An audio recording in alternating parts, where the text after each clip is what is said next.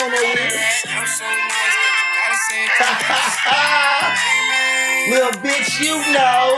Hey, I might take his hoe. Hey. Oh, hey. Hey, I'm main, this the main point. I'm the side nigga, you the main joint. This bitch a thwank. Yeah, I'm not a rapper, I'm a hoe snatcher. Well, I probably bagged her. Yeah, turn on E16 and get filled with laughter. Yeah, y'all better know it. It's Thursday night, Friday Eve. We ain't getting no sleep, but put the kids to bed. Y'all heard what I said? It's me. Main sounds so nice, you gotta say it twice. Y'all tapped into E16 TV, and today we got a motherfucking legend. We don't really have too many legends that fly by off the big bird's nest, man, but we got a whale in the building, man. None other than the Felix Mitchell, the billionaire, man. How you doing? Man, swell, better than well, man. Just count my blessings, man. I'm just a little bit past perfect. He came and did it, y'all. He came and hit us with that Northside love, baby. Swell better than well. Yeah, man. What's up, bro? It's really good to have you here, man. Man, it's good to be here, man. Bro, you know what? Before we even go to all that, it is a big blessing to see you on the street, man. You understand, man? That's what's up, man. You are a real life legend. I mean, a real life legend, living legendary guy in our city. You know what I'm saying? You probably recognize the love you get, but it's deeper than you would ever know. Man, I appreciate that, man. That's real encouraging, man. Man, we used to bump you crazy out that pole position. Oh my God.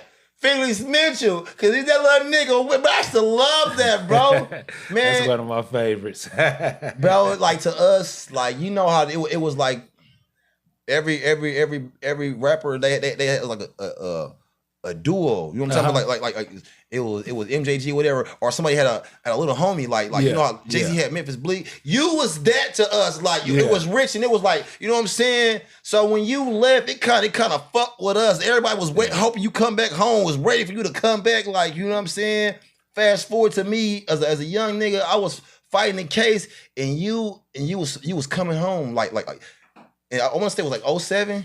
Was that 07? You came exactly. 07. Listen, I'm telling you. Absolutely. At the end of 07. At the end of 07. Right? Listen, I took my time in November. Yep. Yeah, October and November. Absolutely. I took my time November the 15th. That's the day after my birthday. Yep. I was pulling chain, but you had came in and it was like wildfire. You would think Big Meech came up and like, feet here, it touched every floor. Man. Yeah, I sat in the county for like 30 days, man, and then I got out. Man, I got out on November 10th, man. Bro, a blessing. Yeah, I remember. I was in there 07. I was about to pull chain. I remember all that. Even when you left, I'm gonna say this to you. Your footprints was not like sand in the joint. Understand what I'm saying? You left cement footprints in that motherfucker, man, because that's what's up. Real shit, man. It was, you know how the St. Louis and Kansas City B4s, you had to be a trill motherfucker to understand that there's levels to this shit. Yeah. Yo, and you know how St. Louis was with our music. They didn't fuck with our shit. Yeah. Boy, you know what they were saying in the joint? I don't want to listen to that Kansas City, but Young Fee, he can rap. Yeah, we fuck with Fee. We listen to Fee. Yeah. You was one of them well-respected dudes. So what was it in you, man? Because you had to take something from the streets to the yard. We can get to everything else, but like it was more than a name. You had to earn that shit, right? Yep. Man, absolutely. Like when I first pulled chain, you know, going through Fulton, and I first landed at the Walls. You know, it's legendary now. Like they call it the bloodiest 40 acres. So you didn't go to Diagnostic in St. Joe? Nah, I went to Diagnostic and I went to Fulton. Oh yeah, you was. I pulled chain. I went straight to Fulton. Yeah, you was. Yeah. Me and my partner Dave Humphrey, man. I heard that name. That name floated around. Yeah, and they say welcome. Like when you go into the Walls, it say welcome to the Missouri State Penitentiary. Yeah. Leave all your hopes and dreams behind. Man, when I seen that sign, man, I was like, man, you see this shit, man? What the fuck? I'm like, man, what have I gotten myself into, man? What did I do? That was something, man. I was still a young nigga, man. And I was really out, man. It tripped me out, man. Just seeing that sign like that, man. And then they put us in the bay. It was like a big old barn, man. And you know what? Scarface. It reminded me of the movie Scarface. You know, at the beginning, when they stabbed Rebang, man, it was bananas. Go in there, the music was playing loud, man. Guys doing tattoos and everything, man. And the first time as we was walking through there, man, we walked through there. Now, you know, everybody on the bus, on the goose, some people quiet, some people talk. Yeah, man, when I get, man, when I get to the wall, man. Yeah. That talk. Right to talk. Check in, man. That talk. And then the ones who didn't, it was a guy who came in. It was a white dude, man. He was tall, man. And you know, when we pulled chain, we was ass naked in our jumpsuit. You know what I'm saying? You ain't got man. So the seats is cold. Man, ass naked in your jumpsuit, man. It was some crazy stuff, man. And so, you know, and then you shackled. You know what I'm saying? Then you shackled to the person next to you and all of that. Oh my, with the belly chains, with the ankle. Man, I mean, my goodness, it was a hell of an experience, man. We walking through, and then once we get off the goose. You know, then we put, like you say, dude go straight to check-in, the one that was talking all the stuff on the bus. Yeah. And then it was a white guy, man. And there was a few guys. Man, these guys big and tough and everything, but as soon as they came through, man, dudes just snatching their canteen. I'm like, oh man, I'm gonna have to demonstrate. I'm gonna have to demonstrate. I you know what I'm saying?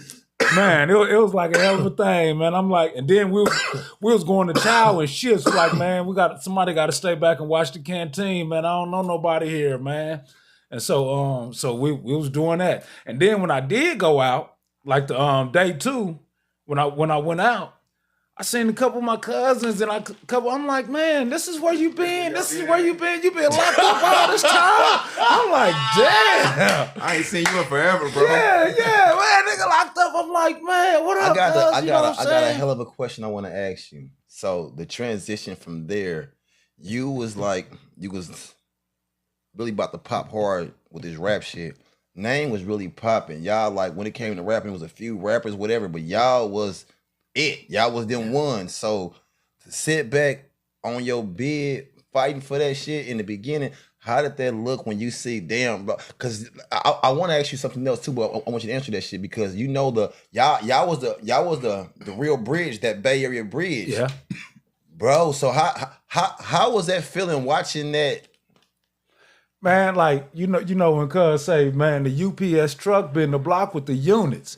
You know what I'm saying? So that's all I was really waiting for before I went to prison. Then I catch my case and end up going to prison. Yeah. So I really didn't feel it on the streets because we was still waiting for the music to show up.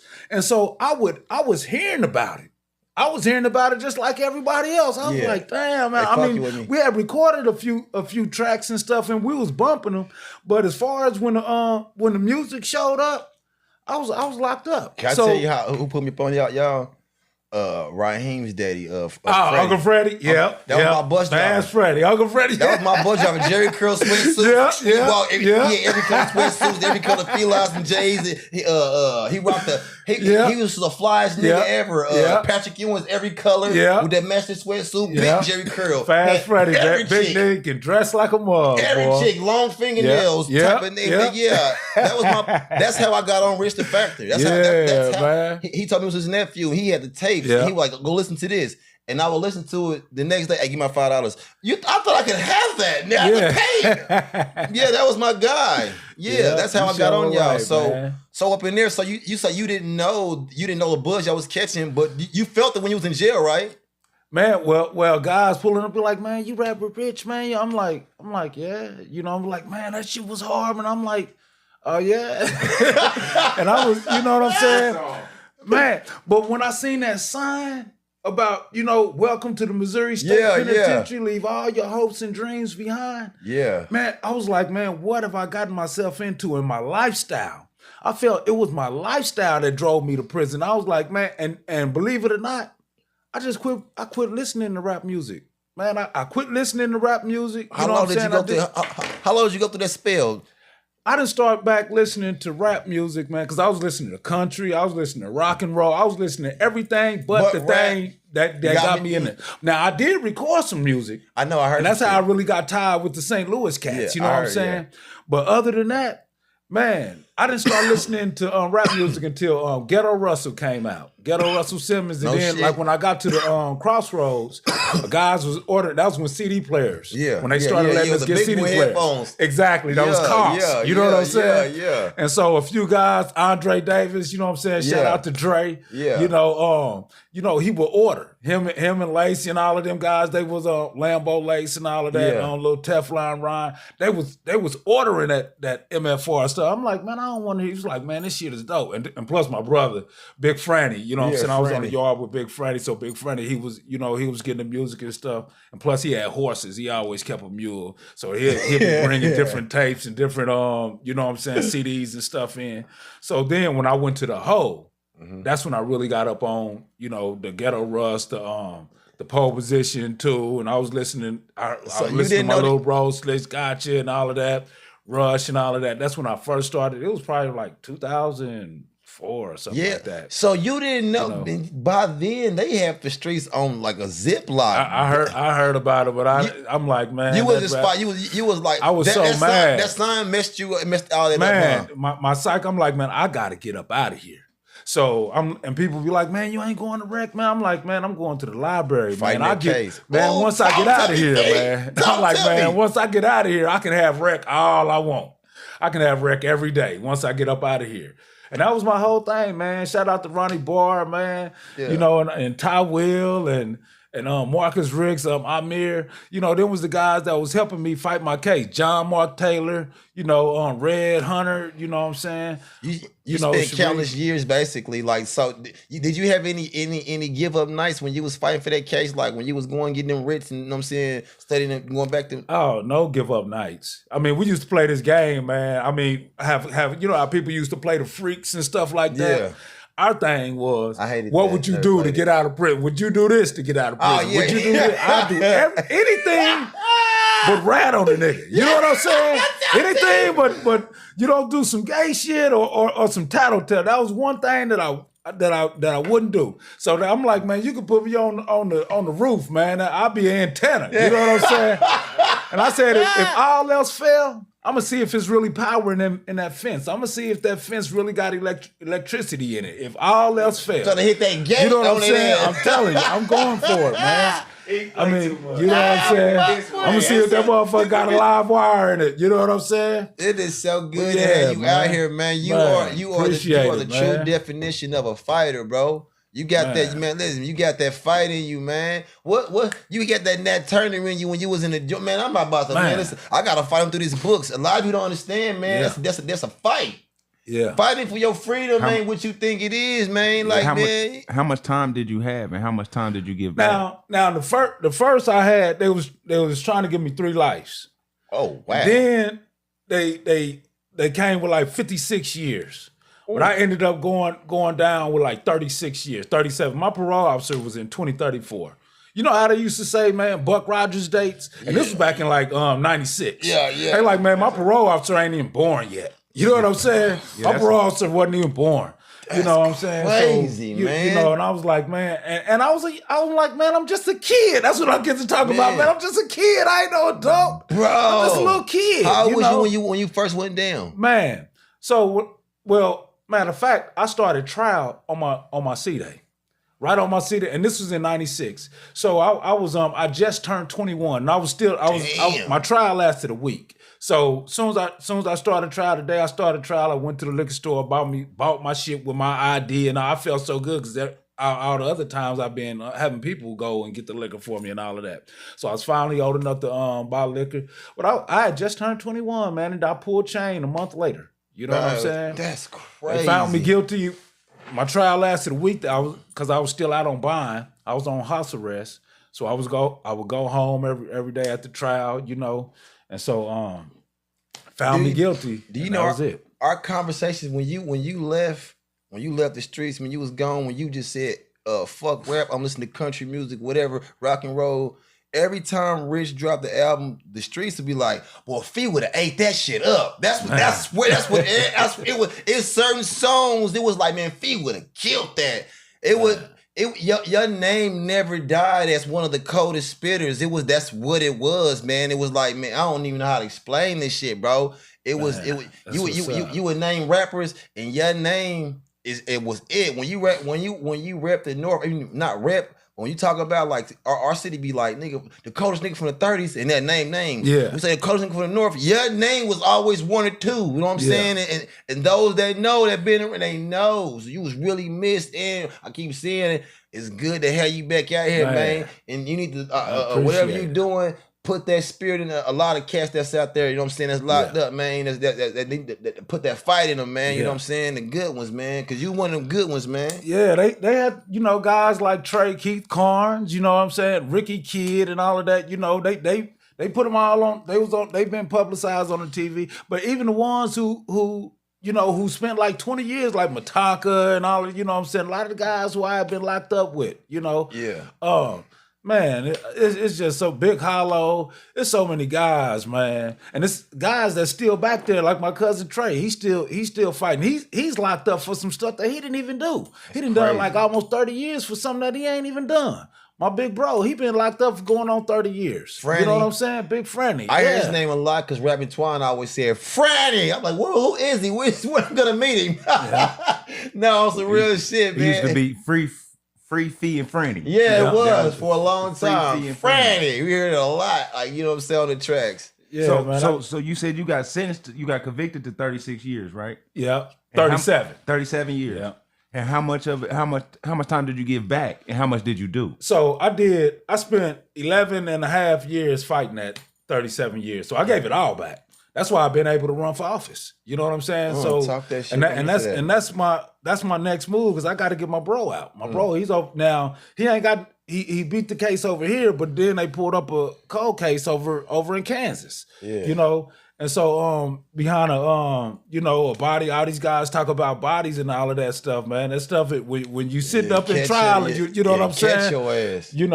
And so this was some stuff that happened while he was on house arrest. You know what I'm saying? So it was just it was always something against my family, especially my siblings and I, and because my father, he was a bank robber / cop killer. You know what I'm saying? That's what he went to prison for. He went to prison for murdering the police and in the process of a bank robbery or whatever. Or robbery of a pharmacy and all of that. But that's what they used to do. They was all bank robbers. Yeah. You know what you cut from that cloth. Okay, it hit different. That's why you do a stand up nigga like that. So Franny beat his Missouri case. Yeah. He got a Kansas case that he's down for, but he was on house arrest when the crime was on committed. house arrest when it took place. They had GPS location on him. Man, well, they claim that they didn't have the records. You know what I'm saying? And he did a documentary over it. You know what I'm saying? I mean, it's a bunch of shady stuff. Like his stuff was tied in with like when Papa and them, when they did that bank heist, when they did that robbery on down there on the plaza. Now, the thing is, the bondsman. It was a bondsman that they had went through and sold some jewelry to, and he took it down to Texas. Like my song, When I Touch Down in Hobby, It Be On Forever. We used to always go back and forth down there to Texas. You know what I'm saying? That's when I went down there, buy Rolexes and do all of that stuff. And so we was young doing that shit, right? And so but anyway, we had bondsmen and all of that stuff. And so the same bondsman, he's the one that the one that rolled over on them and he's the one that was like, man, he kind of like he just threw my brother's name. He's like, man, I got some information on the cold case and this and that and the other. I know who did this. Like, man, what the fuck?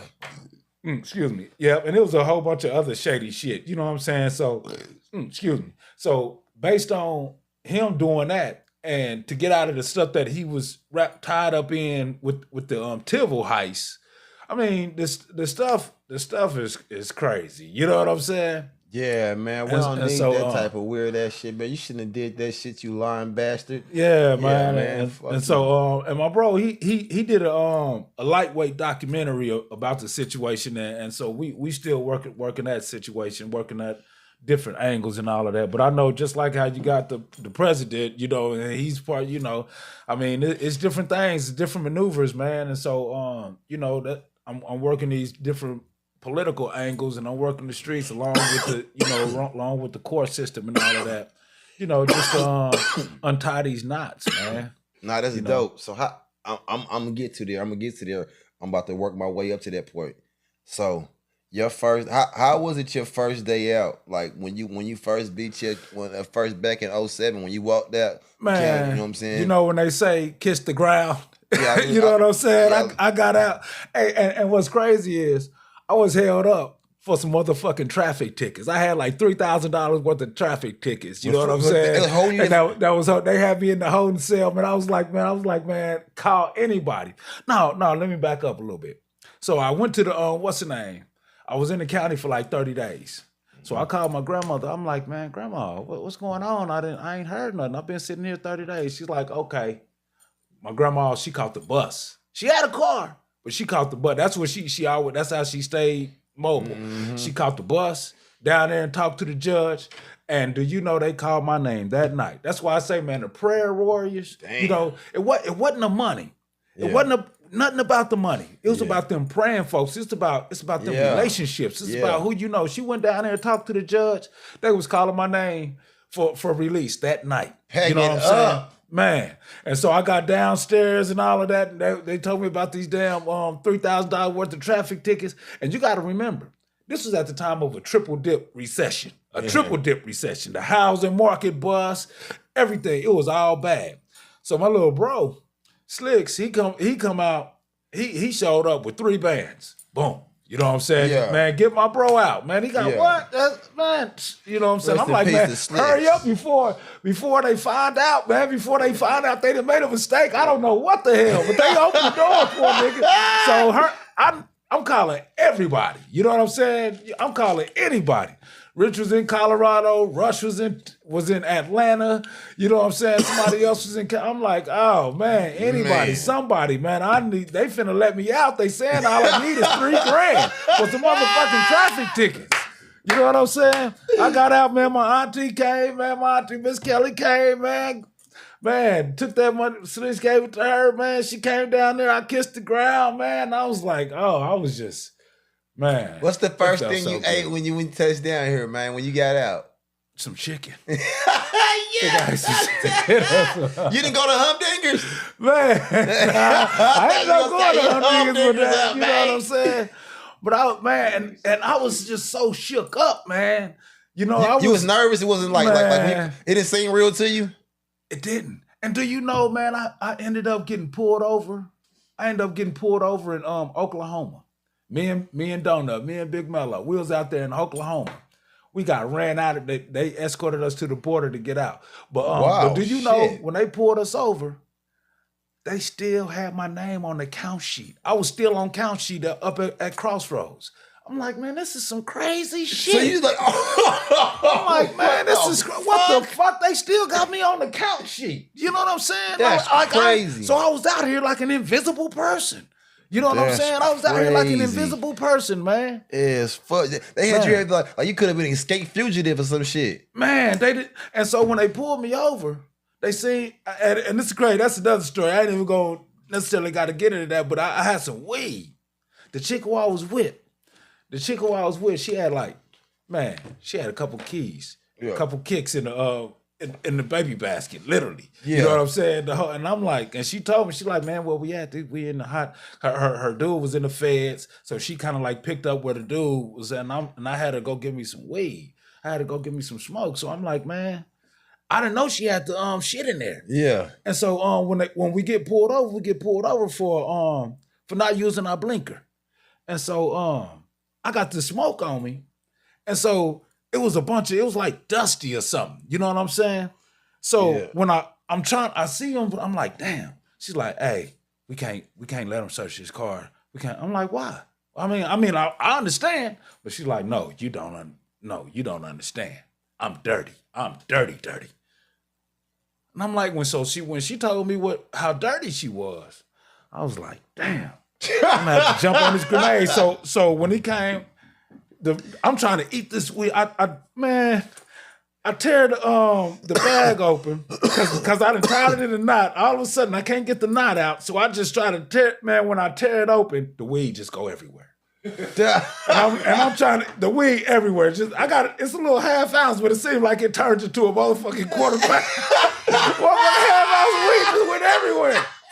And I'm trying to eat this shit. And so I'm shoving it down my mouth. And so the officer, he pulls up and asks me for my ID. And I got all of this weed in my mouth. And I'm like, good morning. When I say good morning, officer, weed spit all out my mouth, and he just started laughing.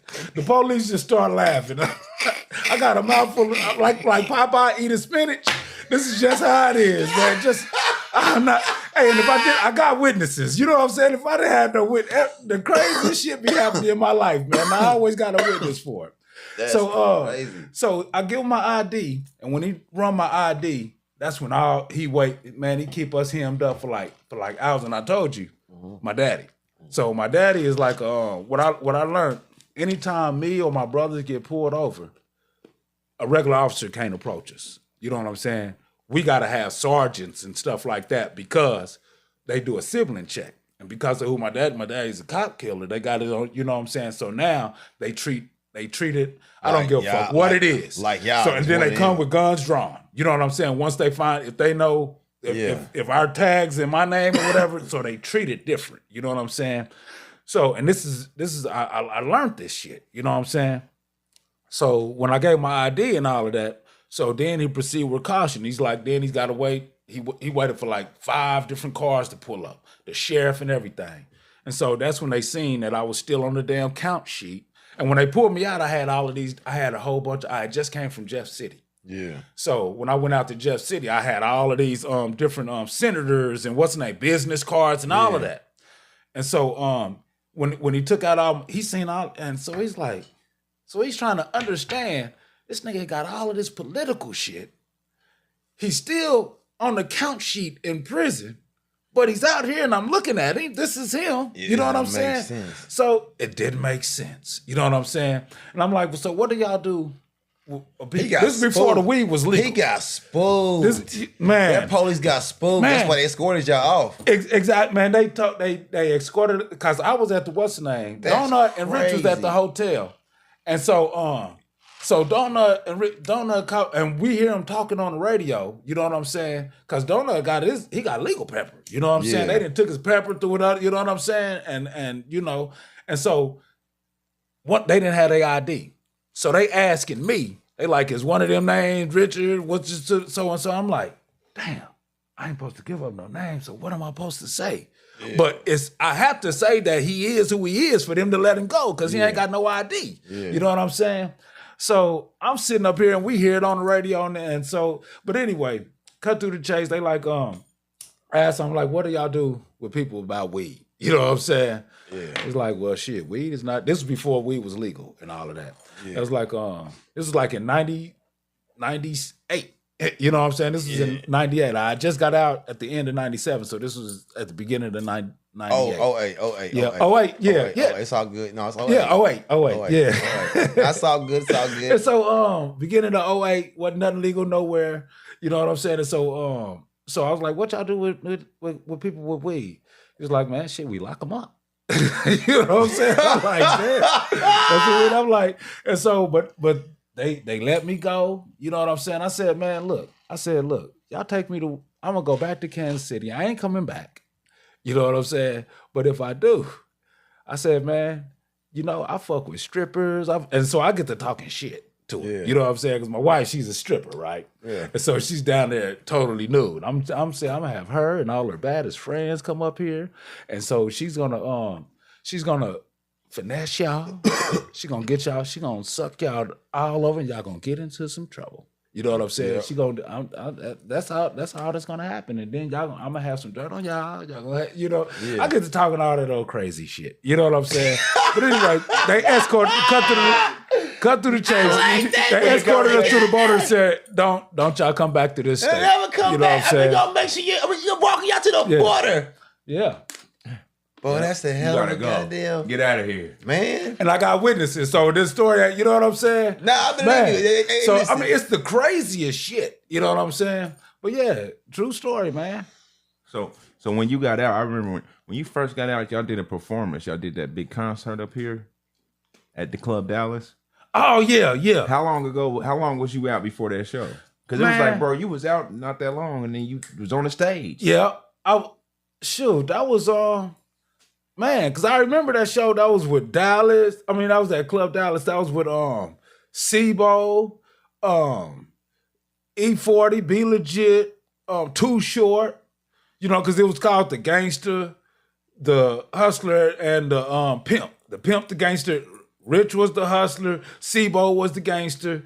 And Too Short was the came pimp. to Kansas City. Yeah. I was in prison. What the fuck? Yeah, they came out to that show. I missed the hope. Yeah, go ahead, finish. You know them?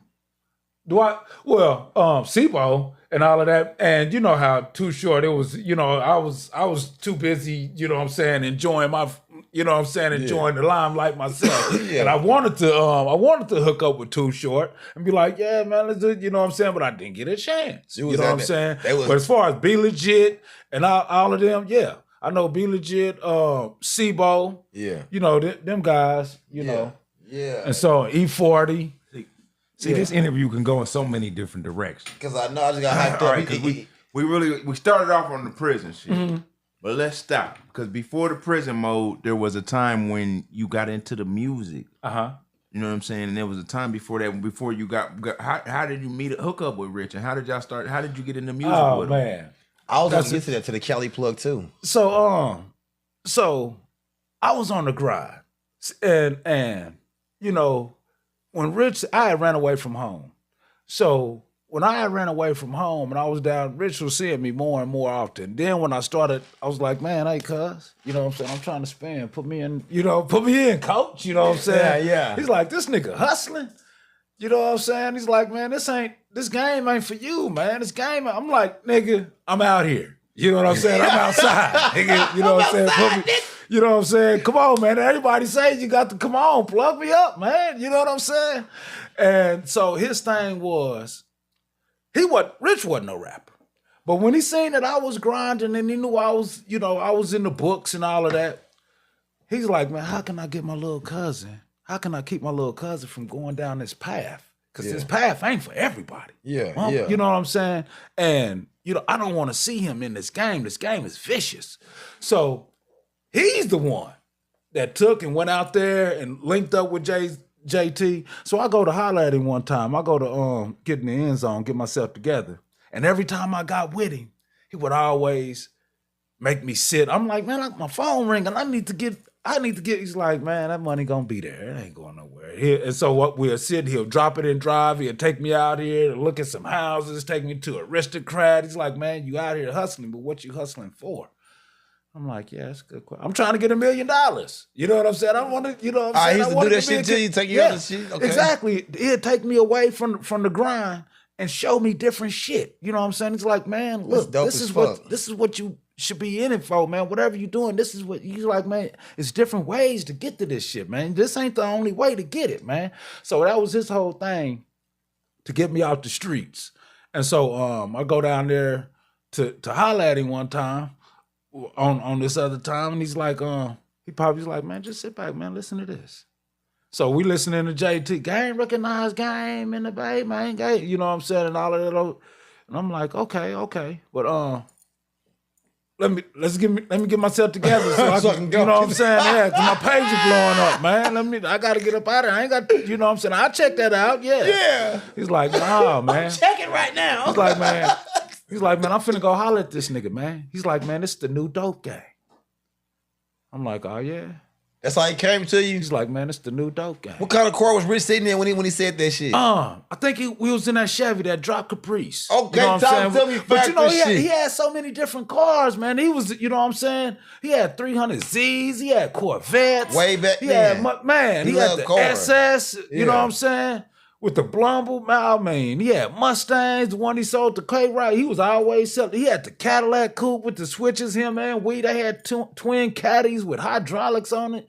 Yeah. You know what I'm saying? Yeah. But then, you know what I'm saying? That's what everybody wanted to sell dope. That was the thing. Everybody wanted to slang. And so then when he went out there and he linked up with JT and came back and had that getting the grip. Then everybody walking around with notebooks. Now everybody want to be rappers. You know what I'm saying?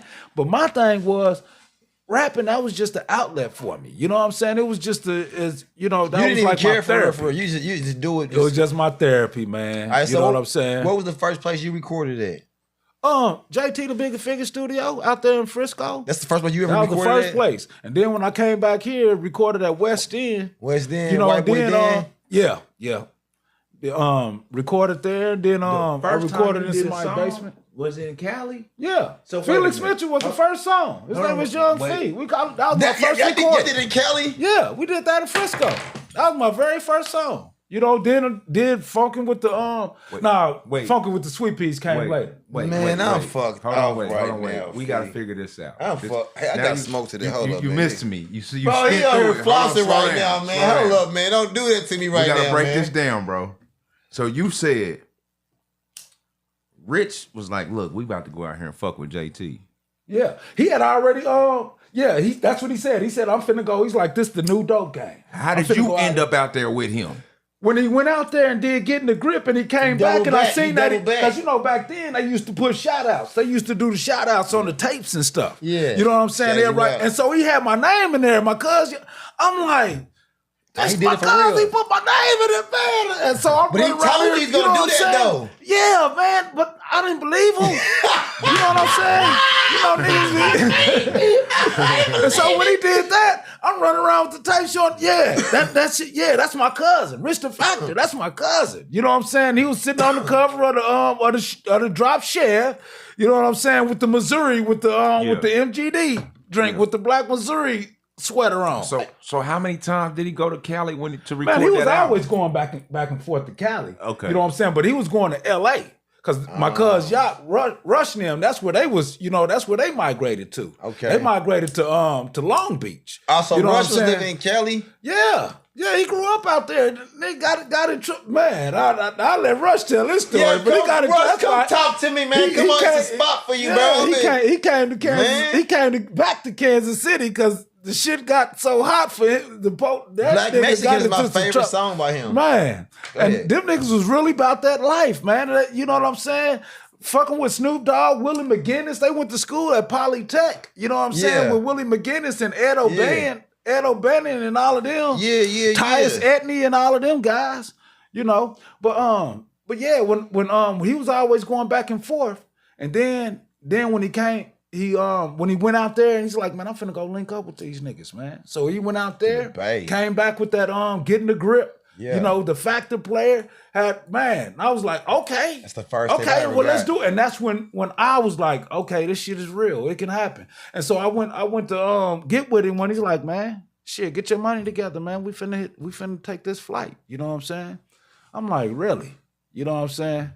I'm like, man, he booked the tickets, and at the time, I was running from a case at the time. And that's how I end up with Felix Mitchell, because I couldn't use my real name to book a flight. So I used Felix Mitchell. And then when I got out there, that's like, Felix Mitchell, oh man, we got a guy named Felix Mitchell out here. Yeah. You know what I'm saying? I was like, oh yeah. Did you ever meet him? You know what I'm saying? Nah, Felix Mitchell was in prison by the time he was. So yeah. So when I got out there in Oakland and Frisco and all of that with rapping Forte and the Delinquents, and that's when Messy Marv, he had just started rapping, you know what I'm saying? He had the finger waves and all of that. They was all over. You know what I'm saying? I remember that shit. We was out there, Spice One. You know what I'm seeing? All of these niggas in the studio in KMEL, because that was that's like they 103 out there. Yeah. So and Spice One had this party. He had a party on a big ass yacht. So and JT was the it producer at the time. Yeah.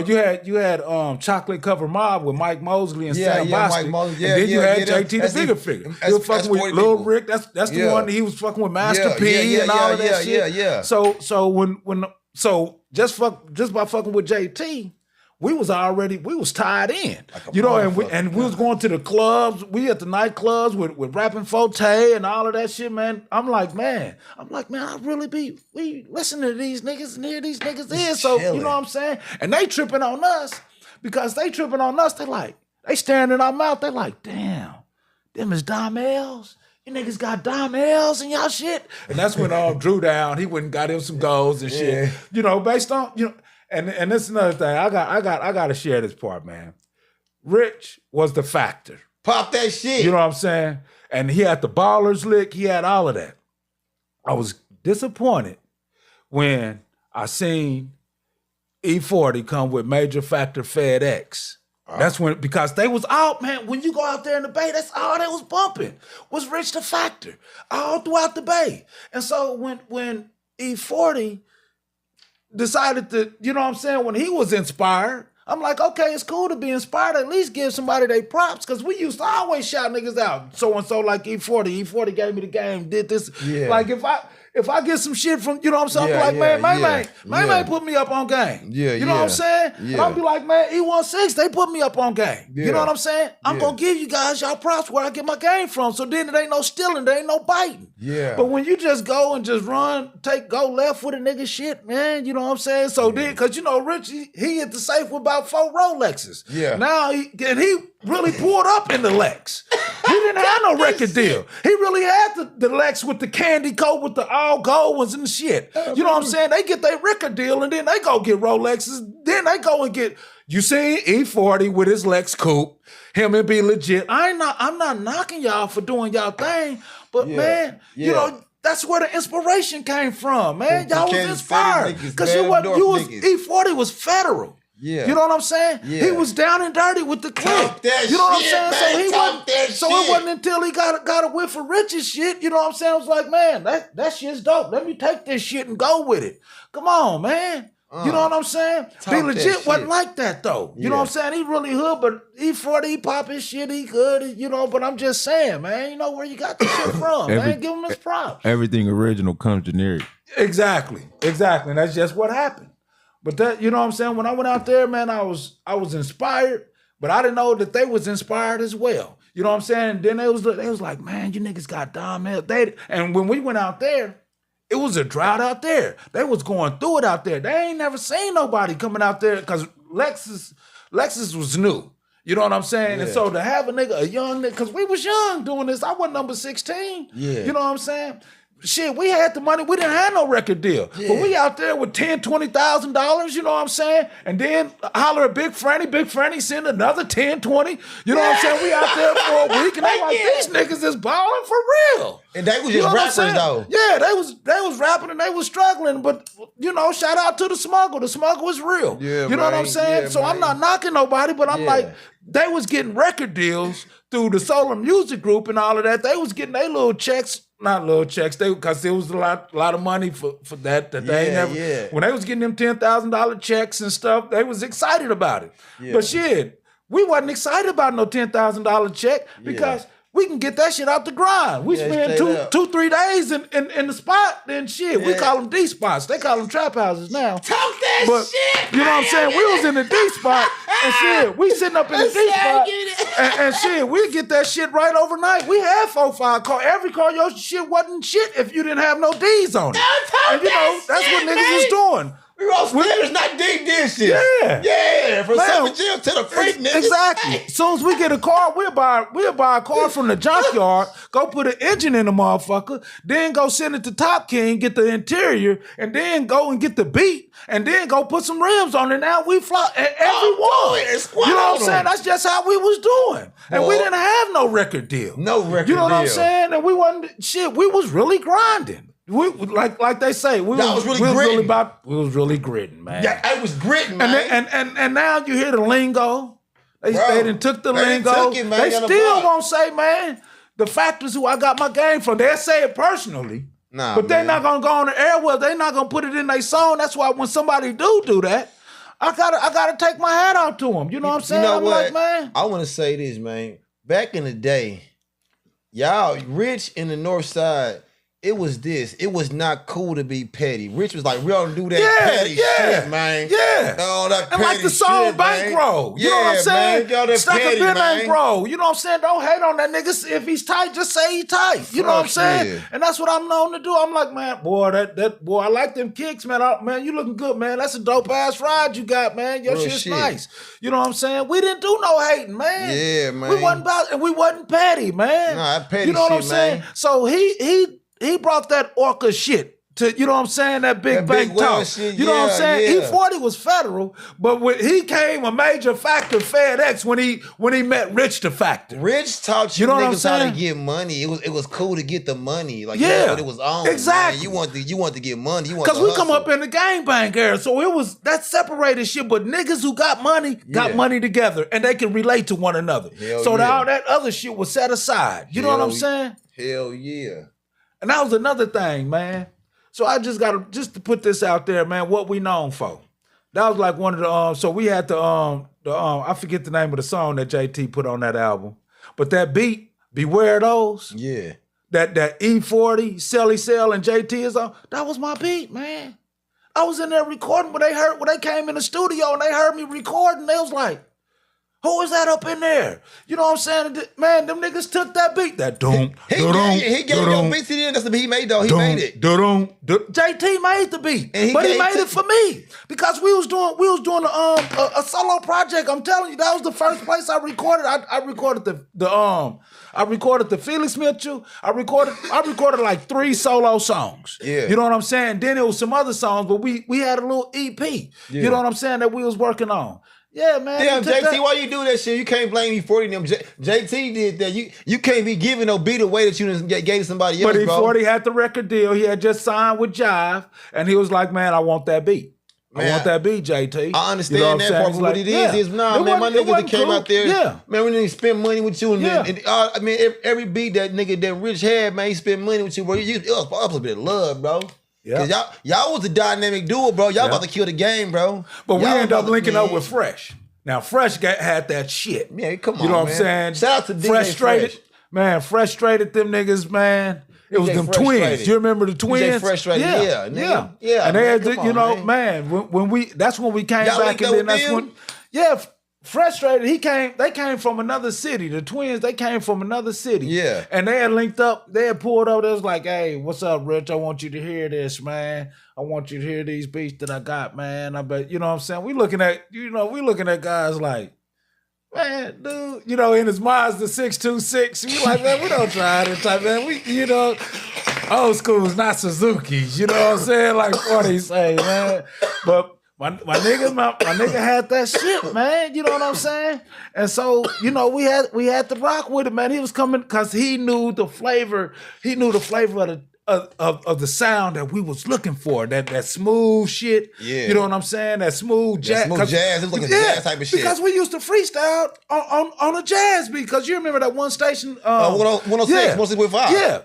Y'all, so they used to play. Yeah, they used to play the what's name. So we used to freestyle to them beats, and that's where we got our rhythm from. You know what I'm saying? Because Kansas City is naturally a jazz town. You know what I'm saying? Exactly. That's crazy. And so you can tell a Rich the Factor beat. I don't care. He'll go on some new music and some new beats, but his favorite ones is that shit that got that jazz, that smooth what's crazy? Jazz. That's everybody's favorite. You know what I'm saying? Listen, like the core, the real core Rich fan, like the core. Yeah. You know what I'm saying? That can pop that old shit. If Rich was to do a show, with the core fans, bro, and they play the retro old shit, man, bro, he can forget his words. Everybody gonna rap all that, man. You know what I'm saying? Because we used to that. That's what it is. But it's dope that he can, like, you know what I'm saying? Like, he one of them niggas, like I say, like you say 40, right? But Rich is the nigga just like that in Kansas City because he keeps up with the time with the young niggas. Man, he's the only one, man. I mean, the guys in the prison, in the joint, on the kiosk, he got more albums than any artist in the history of music. You know what I'm saying? Now, some of them may be mixtapes, but the thing is, them lyrics is his. You know what I'm saying? So that's one thing you can just take them lyrics off and put them on new beats or whatever. But that's one thing you cannot take away from. He's the blacktop jump man. He got more music than Jordan got tennis shoes. You know what I'm saying? If you would have never left, because they had the Black Border Brothers, that would have been y'all. Yeah. But guess what? Yeah. If you wouldn't have left, y'all would have been like three of y'all like the Migos or some shit. Y'all would have been the hood nigga, Kansas City Migos. Nigga, Fee, Rich, and Rush. Boy, man, and talking that talk, man. What the fuck? But I believe that I had to go to the joint in order to discover some things, not just about myself, but about life, and also some things to help my people. You know what I'm saying? Yeah, no doubt. Now that music definitely helps. I love the music, but it's when I was sitting in there fighting for my life, I learned so much about life. And I learned so much about myself as well. And they gave me the game, the Ronnie Bars and all of them. They gave me the game and schooled me on the political networks and political avenues and all of that. Because I did release an album while I was locked up. And I'm the only one that can't nobody take that. I'm the only one that recorded an album at the Walls, at the Bloodiest 40, and did a concert there. You know what I'm saying? You so that Midwest conviction. You know what I'm saying? Yeah, man. I bet that was going crazy. Man, it was bananas, man. That boy. That boy was out there, man. Whoever was there, they remember that motherfucker. You know what I'm saying? Because the whole yard came. And then they was letting people out who it wasn't even they rec time. You know what I'm saying? They was letting them out, man. And I mean, that motherfucker was dope, man. Man, you helped me a lot of nights through a lot of car speed lights, you know what I'm saying? For the police, I was getting the waist slapping in that pole position. I was yelling. That pole position get a nigga in trouble like a motherfucker, man. It got me away. Yeah. Thank you. I could have made them moves if I was playing something else, man. Yeah. I had to put that shit in there, man. Man, your foot get heavy just by putting. And see, we didn't have the music at the time, the CDs and all of that, but we had them demo tapes. So I had my demo tape, and I'm bumping my demo tapes, man. And I used to mob around in them demo tapes, man. And I didn't, you know what I'm saying? I used to slide in them motherfuckers, man. Crazy, man. I ain't gonna lie, bro. You are like, when they be talking about, like, they put a Mount Rushmore, you on the Mount Rushmore, the north side Mount Rushmore, it ain't how you not gonna, you know what I'm saying? For sure, it'd be like you, Rich, Swell L, you know what I'm saying? And then you gotta give it to Rush or somebody. They have to fight that out. But we gotta put you, Rich, and Swell L. Yeah. You know what I'm saying? Because it's four, you know what I'm saying? It's 4 hits on the Mount Rushmore. MCD. Yeah. MCD. That's what it used to be. Before he was Swell, he was first MCD. MCD. You know what I'm saying? Chip and Nody. Quality Woods. Alright, so was he one of the first ones out the north side to make music? Swell L? No, you got Mr. Wetface. You know what I'm saying? With DNA. Okay. The Down North Assassins. Okay. You know what I'm saying? I didn't know. I just they was doing their music. Trig. Matter of fact, he got 777 Construction now. You know what I'm saying? And so he was one of the ones. They was the first ones with the tapes and stuff. Just like you had Pure Dope back in the day. Yeah. You know what I'm saying? With Beating them, and then you had 7 Miles. I remember 7 Miles. I remember 7 Miles. And then you had the Road Dogs. You had the you know what I'm saying? The 57th Street Road Dogs. So them was some of the ones, but from our era, from our side of town, we were probably second, you know what I'm saying? But K-Rock, he used to do stuff too. Bobcat from the north side, right? Yeah. He ended up linking Mac Dre and them with the cut though. Yeah. He was Cutthroat Committee. Is y'all around the same age? You and Bobcat? Yeah. No shit. We was hustling on the same blocks and the same, you know what I'm saying? Yeah. No shit. That's how, man, listen, man. A nigga like me, I didn't even know none of that shit until like I got older. I actually thought that Bobcat was from like California at first till they told me like, man, he from Kansas City. Yeah. Man, he from the north, man, he from Richmond Hood. I'm like, no, he ain't either. Yeah. Because Mac Dre and them, they came, Pee Wee and them, they was on the 24th Street. Yeah. And so today I hear guys, they be like, man, y'all kind of segregated the north side when he said the north side is from 18th to the View, because that left out the guys from 24th, the Laundromat Crips. You know what I'm saying? Yeah. And so, but them was my guys. I went to school with them. You know what I'm saying? Like with the green. Now listen. Yeah. You know what? Shout out to him. Shout out to Pee Wee. You know why? Because he the one that taught me when COVID hit, he be doing construction and selling houses and shit. He gave me the game, showed me all that shit, basically how to build a house from scratch, man. I saw it, man. Listen, man, he got hella game, big hustle, man. Shout out to him because he put me in a position where I made a big bag by myself. You know what I'm saying? Without that game from him, I wouldn't have did. You know what I'm saying? Yeah, he told me he knew y'all niggas came up with y'all niggas and shit. Yeah. Shout out to Pee Wee, man. I forget the name of they label.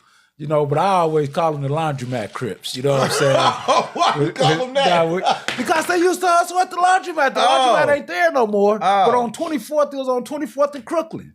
You know what I'm saying? Brooklyn, right there. Yeah, I know what you're talking about right there. It's a mosque now. They turned it to a mosque. No shit. Yeah. I didn't know that. Okay, across the street from okay, listen, right? I remember them across the street from there with the dry cleaner and the candy store. Yeah. Bro, I remember that. Absolutely. You know what I'm saying? Yeah, guys and president going Top spot right there. Yeah. He's the travel over there. Yeah, Lincoln Guards, not president. It was Lincoln Guards. Lincoln Guards. It was blood. It was blood. Yeah, exactly. Yeah, I remember that. My church was across the street from there. It was a little white church across the street. Yeah, man. Yeah. Them blood dudes was ruthless, bro. Yeah, they was. Hey, you go down there, you might see a police car burnt up down there. Them niggas was taking police cars and everything. Bro, I used to tell people that, bro. I used to tell they like, man, you lying. I'm like, man, listen, that was one of the most treacherous neighborhoods in Kansas City, bro. Like, they don't, bro, my church was across the street from there. So, like, I was cool with a couple of little blood dudes up there. So, like, you know what I'm saying? Like, while they doing church stuff, I was sneaky outside. I had homies up there, bro. You know what I'm saying? Yeah, I seen a lot of shit. And then you had Topping go down the street on 24th. They had Topping, Holy Temple. You know what I'm saying? Or was that Top Spot was the name of the store. Top Spot. But on Topping, I forget the Blue Hills or... Damn, what's the name of them apartments over there? Because Holy Temple was on 39th. But the other was on 24th. On 24th and Topping, man. Whatever the... Hilltop,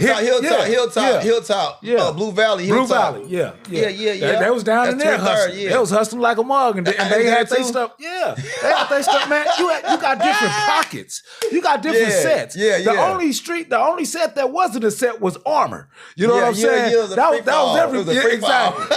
That's where Bushwa Neal was. Bushwa Neal used to be over there hustling, so you had to be tough to be able to hustle over there. It was seasonal. It was seasonal, like probably like it'd be like a 5-year run, and certain guys got that mug on lock, and you come through there, but another 3-year run, it'll be, you know what I'm saying? But it'll be a free fall. You gotta come through there by the store and bounce. Don't be in front of Bainbridge for too long. Question to you, man. Yeah, man. Man, that shit was deadly, man. Yeah, you couldn't just run around town hustling and shit and posting up on people run you out they set, boy. You know what I'm saying? I still tell them, man, I need a big difference between like now, back how like you say, people be outside. It was more people outside, right? Yeah. They be but you knew better. You knew like not to and be. And then, man, it's so, man, I'm like, man, today is so different from yesterday. For one, the weed legal. You know what I'm saying? Yeah. That's a big difference. For two, man, and it was every other car was a police. They pulled your ass over. They harassed you. Now you ain't even gotta have tags on your car. You ain't gotta, and they don't bother you or nothing. They just sit up. They do they do internet investigations and shit. They wait for a motherfucker to tell on themselves. Facebook they shit and go and catch a body on Facebook and shit. That's what they be waiting for. But I'm like, you niggas couldn't carry these guns in and out the store like that. You niggas couldn't be making y'all wouldn't survive in our era. Nobody can show guns like that. Man, you guys, y'all get away with so much stuff, and that's why y'all turn into bullies, man, because ain't nobody spanked y'all ass, man. You know what I'm saying? And it really sickens me now, man. You know what I'm saying? Niggas couldn't do that stuff back then, man. And then the reason why they get away with it, because they children of the OGs of the niggas that get respect. Be like, man, that's so-and-so's son, or that's such and such nephew. Or be like, that's and the nigga thinking it's because of him, he got his chest out. Nigga, I would have took your gun and slapped you with it. You know, probably not, but somebody would have took your shit and beat you with it. And just would have said you beat. They would have took your work. You would have been able to hustle, get no money, do nothing. Man. But because of who your parents are and the love and respect, whether they hear or not. Yeah. Because people from our generations, because now we used to have shootouts with one another, but now we see each other in the club and buy each other drinks and shit. Yeah. You know what I'm saying? We like, man, nigga, you made it. Nigga, you made it too. Nigga, shit. I'm glad to see you, bro. It's good to see you, man. Yeah, man. Shit, you getting great like me now. Niggas is, you know what I'm saying? These niggas is popping Viagra and all type of shit, you know what I'm saying? These niggas getting old, man. And shit, let the nigga get old. Let life do him in. If that be the case, the nigga gonna hate it on his deathbed if the nigga was faulty. You know what I'm saying? So, but shit, so we just be glad to see niggas that come from our era and still respect the game. Yeah. You know what I'm saying? Because these niggas, these young guys, they don't respect shit. Not even their own mama, not even their own womb that they come from. They hate on their daddies. They don't respect their daddies, their mamas. They don't respect shit, man. They walk around. I'm like, oh man, my goodness. And you niggas, they really not match for real. They get the chicks high off dope and shit, and then they want to fuck them. You know what I'm saying? You know, you know what I'm saying? Hey, that's damn against, and all that, we wouldn't do that. We couldn't do that. Yeah, man. That ain't no different from buying a smoker. Getting sucked by a smoker. You niggas is cheap. Y'all got cheat code. And that's just what they go for, the cheat code. They go straight to milk the turtle. You know what I'm saying? They go and get 1,000 men on contract. That's the only way they can win. You know what I'm saying? But you can't beat me in no Tecmo Bowl. You can't cheat in that motherfucker. You know what I'm saying? What they say, you Tecmo Bowl playing motherfucker? That nigga said he go straight to milk the turtle, nigga. Yeah, that's the only way they can say the princess, man. These niggas is lousy, man. Hey, bro, that was the dopest shit ever in me, bro. You take a real nigga to get that. Yeah, man. These niggas, man. Yeah, man. Hey, man, you niggas need to quit trying to milk the turtle out here, bro. Yeah, that's what they doing. That's what they doing, man. Bro, I don't that like up, that. Up, down, left, right, BA, start. You know what I'm saying? Trying to get it. That's what they doing. Culture, bro, man. Yeah, you niggas are cheaters, man. Yeah, I can't man. stand those Can't cheating never ass one of these niggas beat me in pack, man. I put my money on it, man. You know what I'm saying? I put one quarter and beat them motherfucker all day, nigga. All day, man. Shit, they ain't gonna get no turn, man. I put my name on the board. Like, just talking to you. Hey, what you say? What's up? I go in other niggas' hoods and get on their video games and they see my name, Jeff Float. You know what I'm saying? Feed a thief. You know what I'm saying? Shit, just so you can, you niggas know me. I got that high score. You know what I'm saying? My niggas say every neighborhood liquor store nigga beating y'all top score. Yeah. Put my name up there, man. Put my name right up there so y'all know it's Feed a Thief, nigga. Yeah, man. Hey, that's hella. Yeah, them niggas, man. They go for cheat codes and shit, man. Yeah, where these guys come from, man? Man, the real billionaire. They drugging them young girls. Man. They are, man. They drugging them young girls. Man. They gonna get a cell next. They gonna get Bill Cosby on sale, man. You know what I'm saying? The Cosby show. That's what it is. It's the Cosby show, man. Quit giving them girls them pills. These niggas gay rapers, man. These niggas ain't max. They ain't got no game. They gay rapers, man. Man. Well, y'all they gotta lay them out, man. That's what they do, man. They feed them all this dope and then go fuck them, man. They gotta lay them out. Yeah. Shit. Yeah, now that the abortions is back, they really gonna be going crazy. Oh, man, it's over with At now, first, bro. they was stuck with them, you know what I'm saying? But now, shit. Boy, it's about to be a lot of polluted vaginas out there, man. Oh, man. Oh, shit. Oh, man. Yeah, man. It's gonna be crazy, man. I'm scared of this generation of children, what they gonna be making, man. It's a lot of niggas gonna be getting tricked out their money now. It's a lot of chicks gonna be needing abortion money. Yeah. Man, niggas gonna be hitting the trap hella hard. They back at it. You know what I'm saying? They back at it. Hey, you gonna be looking for more? Hey, what more sell? Hey, bro, I gotta go get this money, bro. She should need abortion, bro. She pregnant, bro. Yeah. You better give her that money. Yeah. Before the Roe v. Wade, chick got me like that. Bro, you know what I'm saying? Like, I'm like, shit. I'm trying to give my son some brothers and sisters and shit. You know what I'm saying? Some siblings, man. You know? She duped you. Yeah, man. What? I think. But that was when the plan B. She was got a plan. It was like $50 or something, man. So I didn't get hit for no 50 racks and no 5 bands. I'll give you 50. Bro, you want some weed? For that problem to go away, you know what I'm saying? But it wasn't no problem. That's what she wanted. I'm like, okay, cool. You know? If you needed weed that bad, here, girl. Yeah. She wanted to drink. She wasn't. Yeah, for an 8th or for a 7th, she wanted to get a 7. I'm like, shit, I would have done my bag, gave you that. Girl, you know what I'm saying? Her homegirl said, girl, you didn't get no money for it. Girl, I'm about to tell that nigga I need a plan B. Watch this. Yeah. On Patron tonight, bitch. Yeah. You a scumbag skeezy if you would have played it right. Yeah, man. We just showed you how to get a bigger bag in your life. Yeah, you could have had the child of a boss. You know what I'm saying? You could have been a boss's baby mama. You know what I'm saying? We could have coached you to get a bigger and better bag, but you chose the lower scale. Yeah. Yes. I settled. You know what I'm saying? I'm like, okay, that's I'll settle on a quart fast here. Yeah. You can't eat after you get that liquor and that weed, you can't even buy a cheeseburger. Here you go though. Yep. I settle. Yeah, that's crazy. Yeah, settle. I got to sit on the court right now. That's settler, man. That's it. Yeah, I'm a settler, a real settler. I'm a $50 settler. Yeah, man. You want me to take you there? You need no ride there? Oh, it's cool. I got you. Don't hear. Yeah, Cash app it to you. Yeah. Cash app you that 50 fast. Yeah, that's how they do it, man. So now that you out, and because I like what you just said, man, because like you said, you went to prison for all that time, right? For basically, you was thinking how them young dudes is thinking today, bro. Yeah. You probably wasn't as reckless or so loose with it. Sometimes I was. But you know what I mean? Yeah. So you kind of, you know what I mean? You was that. Yeah. You know what I mean? And plus, I come from the frustration capital. You know what I'm saying? To where we get Tecmas and we drive. You do something stupid. You do some. Do some sucker shit. Man. It's like Tecma.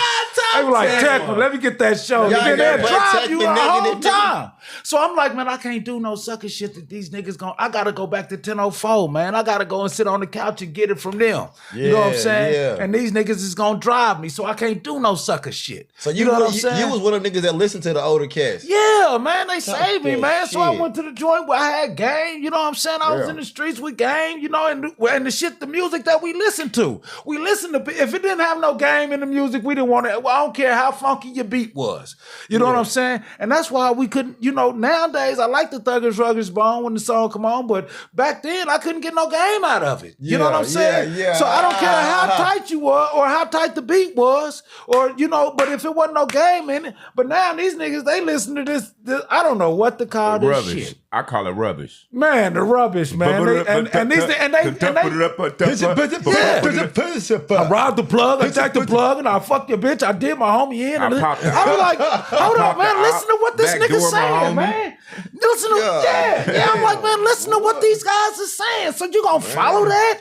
I'm like, this is what you want in your mind state? I'm like, no, man. Get that shit out my deck, man. Rob the plug. Man. So what I was getting at was, you was once one of them. Yeah. And you what I see now is you put a lot of positivity into the world. Yeah. I watch you put. I like to think so. I mean, every time trying to balance out my life and outlive my mistakes. You know what I'm saying? Okay.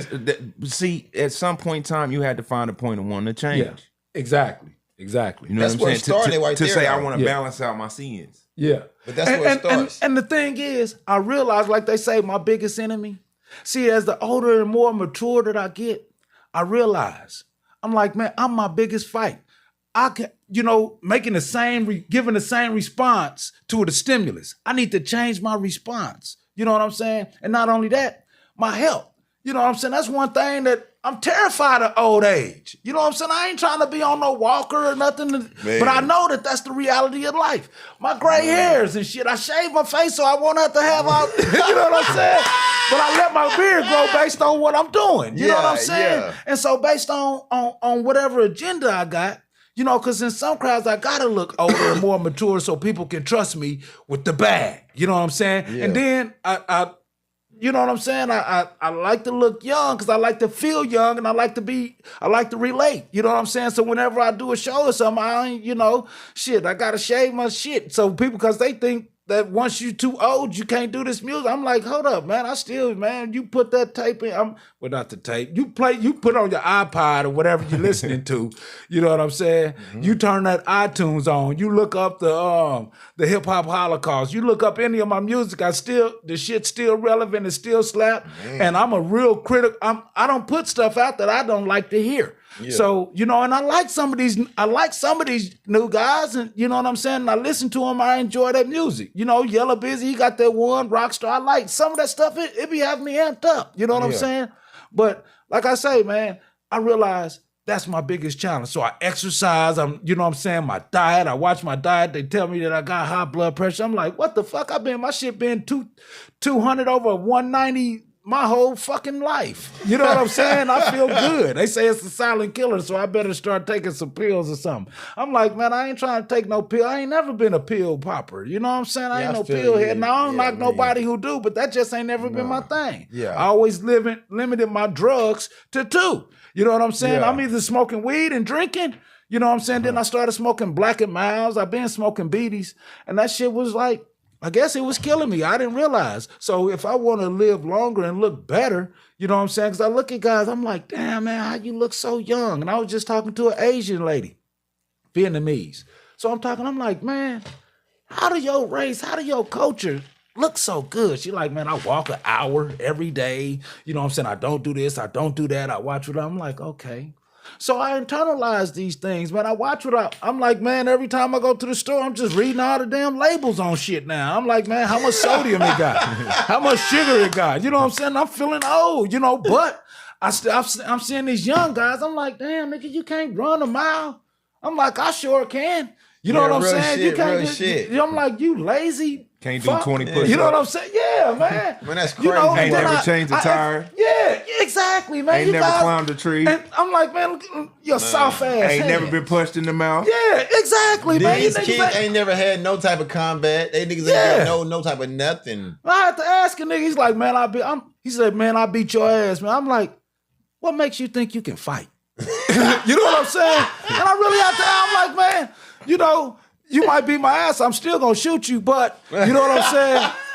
But you know what I'm saying? But nigga, what makes you think you can whoop me, nigga? You know what I'm saying? When the last fight you had? I grew up fighting. My body's ready to take some punches. Nigga, when the last time somebody slapped you in your mouth? Obviously not a long time, because you wouldn't be talking crazy like this. And plus, your teeth look too nice. You know what I'm saying? I know a nigga that ain't got socked in the... I know a nigga that be fighting. Niggas that be fighting be having scars and shit. Their hands be fucked up.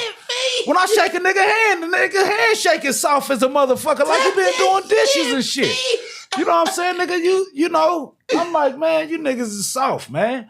You niggas want to squeeze that pepper? Okay, I'm gonna have one of them OGs when you go to jail, nigga. They gonna make you they bitch, nigga. You know what I'm saying? Shit, nigga, I still got plug up in there, nigga. And you better not go on the Kansas side, nigga. Got you fucked up, man. Nigga, matter of fact, nigga, I'm so honored. I have your motherfucking partner do you in, nigga. Well, you don't know who you fucking with, you know what nigga. I'm saying? just so I can, you know what I'm saying? Nigga, I'll make your homeboy do you. Yeah, you better chill the fuck out. Yeah, man. So I'm like, man, I'm trying to raise our people up, man. I ain't trying to, like Ron say, man, I pray to God I don't kill another black man. You know what I'm saying? Man, that real beef, man, Slicks got you too good, Ron. That's the dopest motherfucking folk song you niggas are gonna ever hear. Talk that you shit, know what I'm man. Saying? Talk that shit. Yeah, man. Shout out to Too God, man. Well in peace, man. And well in peace got you, man. You know what I'm saying? And shout out to Ron, man, doing this thing. These guys done grew up, man.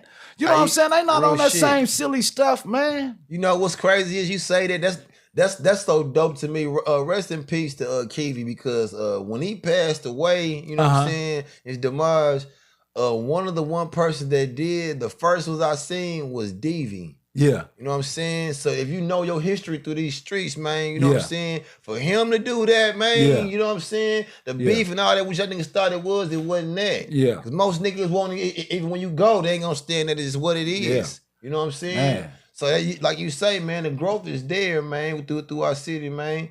You know what I'm saying? We need more motherfuckers like you, man. With little niggas like that try to test, man, you know what I'm saying? You a flea to a boss. You flick him off, man. Yeah. But niggas need your expertise, man. You know what I'm saying? And guiding these motherfuckers around here, man. Yeah. You know? So with that being said, what is the message that you pushing? Man, right now, man, self-love, man. Okay. Self-love. And when I say self-love, you know, I'm not just talking about that person I'm definitely talking about the person that you see in the mirror. But you gotta know that your brother, man, is part of you too, man. If I'm looking at you and I don't see a reflection of myself, I'm seeing the wrong thing. You see what I'm saying? I try to look at people through the eyes of the Most High, of the architect, because of the master architect, because he sees the good in all of us. He know that we some wretched, despicable people. You know what I'm saying? Mm-hmm. But he continues to wake us up every day to get it right. You know what I'm saying? And so that's my thing, man. My message, man, love yourself, man, and love your bro. We got to have a higher value for life and not just like our lives. If we valued our lives, we wouldn't talk crazy to other people, man. We wouldn't do all that dumb stuff, man, because I'd be so concerned about that karmic cycle. Damn. You know what I'm saying? How it come back on you. You know what I'm saying? It may not come back from the person that you did it to. It may come back from one of their family members or somebody that they didn't grow up. And people got people who love them out here, man. And you got to understand, you can't shoot your way out of every problem and out of every argument. You know what I'm saying? And I'm not telling you don't pack your pepper and all of that, but what I'm saying is you are so quick to draw down on somebody, man. You know, and I understand this is Killer City, man. I know that, man, because I feel like I was part of the creation. I was part of this. I mean, I didn't start it. People being killed, like Cameron, people die every day, B. You know what I'm saying? So it ain't like I started this shit. That shit. But I perpetuated this cycle in a manner, you know what I'm saying, with my music and all of that. You know what I'm saying? No, I can't get you to take that credit on that one though, because your music didn't do that to us. Your music put us in to get money. Yeah. No, his no for real. Let's be honest. Don't do that, man. let's be honest. I'm gonna speak for. Don't do that, man. Hey, listen, right? I ain't supposed to say it because you know what I mean. Last time we was supposed to do the interview, he told me specifically that we can't do that, man. No, he man. was a part of the monarchy. Man, listen. We'll say this then. We can argue about it. Speak on it. We can say this, right? He put the hustlers out there, how right? I saw it. Let me tell you how I saw it. You got hustlers out there, right? That's what they embody with us. This is the first drill rapper to me. I saw him as the first drill rapper, and we not supposed to talk about that because of, you know what I'm saying, circumstances. I didn't look at him as a drill rapper though. You didn't look at him as that, but he actually a hustler rapper, nigga. He did it first. Money. They influenced us on getting money. Now listen, listen right there. To me, I'm gonna put nobody. The first drill rapper in the city to me is the whole Vigilantes. All that was drill. That all that was murder, kill. That was it. These niggas talking about riding on backs and Vogues. They came after Felix Mitchell did the. What I'm trying to tell you is this though. Listen, right? Feeding them was first, but Feeding them was talking about riding on backs and Vogues and getting money, nigga. Talking about when I touch down and how it be on forever. They wasn't killing nobody. They were talking about nigga want to get this package, nigga. Everybody's good. But I had a few other songs though. Well, that was my favorite. You know what I'm saying? That's what I played every day. Okay. If you know, you know. Let's just put it like that, man. If you know, you know. I know. And let's say this, bro. Like you said, bro. You like what you were saying is, man. He didn't have nothing to promote, nothing negatively. But actually, I didn't say that. He did. I said no. I didn't say nothing negative. You said drill. I'm talking about as far as hustling, nigga. I got my hustling. I got my like my trapping. They call it trapping now. My trapping ways came from that. Let me say it like this, man. Let me say it like this. Let me say it like this. Let me say it like this. The first person I ever heard do a skit and have it do a song about it the next day was him. Yeah. But we ain't gonna. I didn't want to do all that right now. See, you trying to be funny and shit. You know what I'm saying? I'm trying to do it. Don't do me like that right now on TV. Okay? No, I was on some. No, he did that, bro. I know this. I know this. I know this. What I'm saying is this, nigga. It was hustling music though. That was more like, nigga, that music put you, nigga, on hustling all night, nigga. We about to pull an all-nighter, nigga, and we in the stolo, nigga. That's what you played. Now we about to pull a skit. That wasn't it. We want to pull a skit. You gonna pull some vigilante ride through the dark shit. You know what I'm saying? I'm just telling you, that's what it was. But what my man is speak like, they took our music and they played it in the courtroom. There you go. You know what I'm saying? That's what I'm saying. They take on his crime. And so you was the first one that they ever used hip hop rap against. You use your lyrics. Yeah. So they play a nigga music and they like, hear that? Stop. Hear that? You see what he said? You know what I'm saying? And so I'm like, okay, this is what y'all do, huh? All right, you know. And that's what it was, you know. But now these guys, they do Facebook, and they'll go and they'll do they skits with their phones. Yeah, you know what I'm saying. And then that's how they do it. That's how they live. So listen, when you first, did you know that they was gonna play it in the courtroom? No. So when they first did it, see, the thing is, people, we always say, man, I'm just rapping what I live. Yeah. I'm just rapping what and see, E40. shout out to 40 on this tip, because he's like, man, he did a disclaimer at the beginning of this. He's like, yeah, this shit, if I was really rapping about this shit, if I was really doing this shit, I'd either be dead or in jail. On that mailman. Yeah. You know what I'm saying? When he talked about the mailman, because you remember that mailman, that was, that was when he first did the what's the name with Jive, got the Jive record label and all of that. Yeah. So if you hear that, you know how he was talking about tying people up and robbing them for their birds and all of that. But at the beginning of the album, he was like, if I was really out, it's like, man, look, do it like this. Don't do that. Don't do this. If I was really out here doing this. And then not only that, back then, you remember Herm Lou?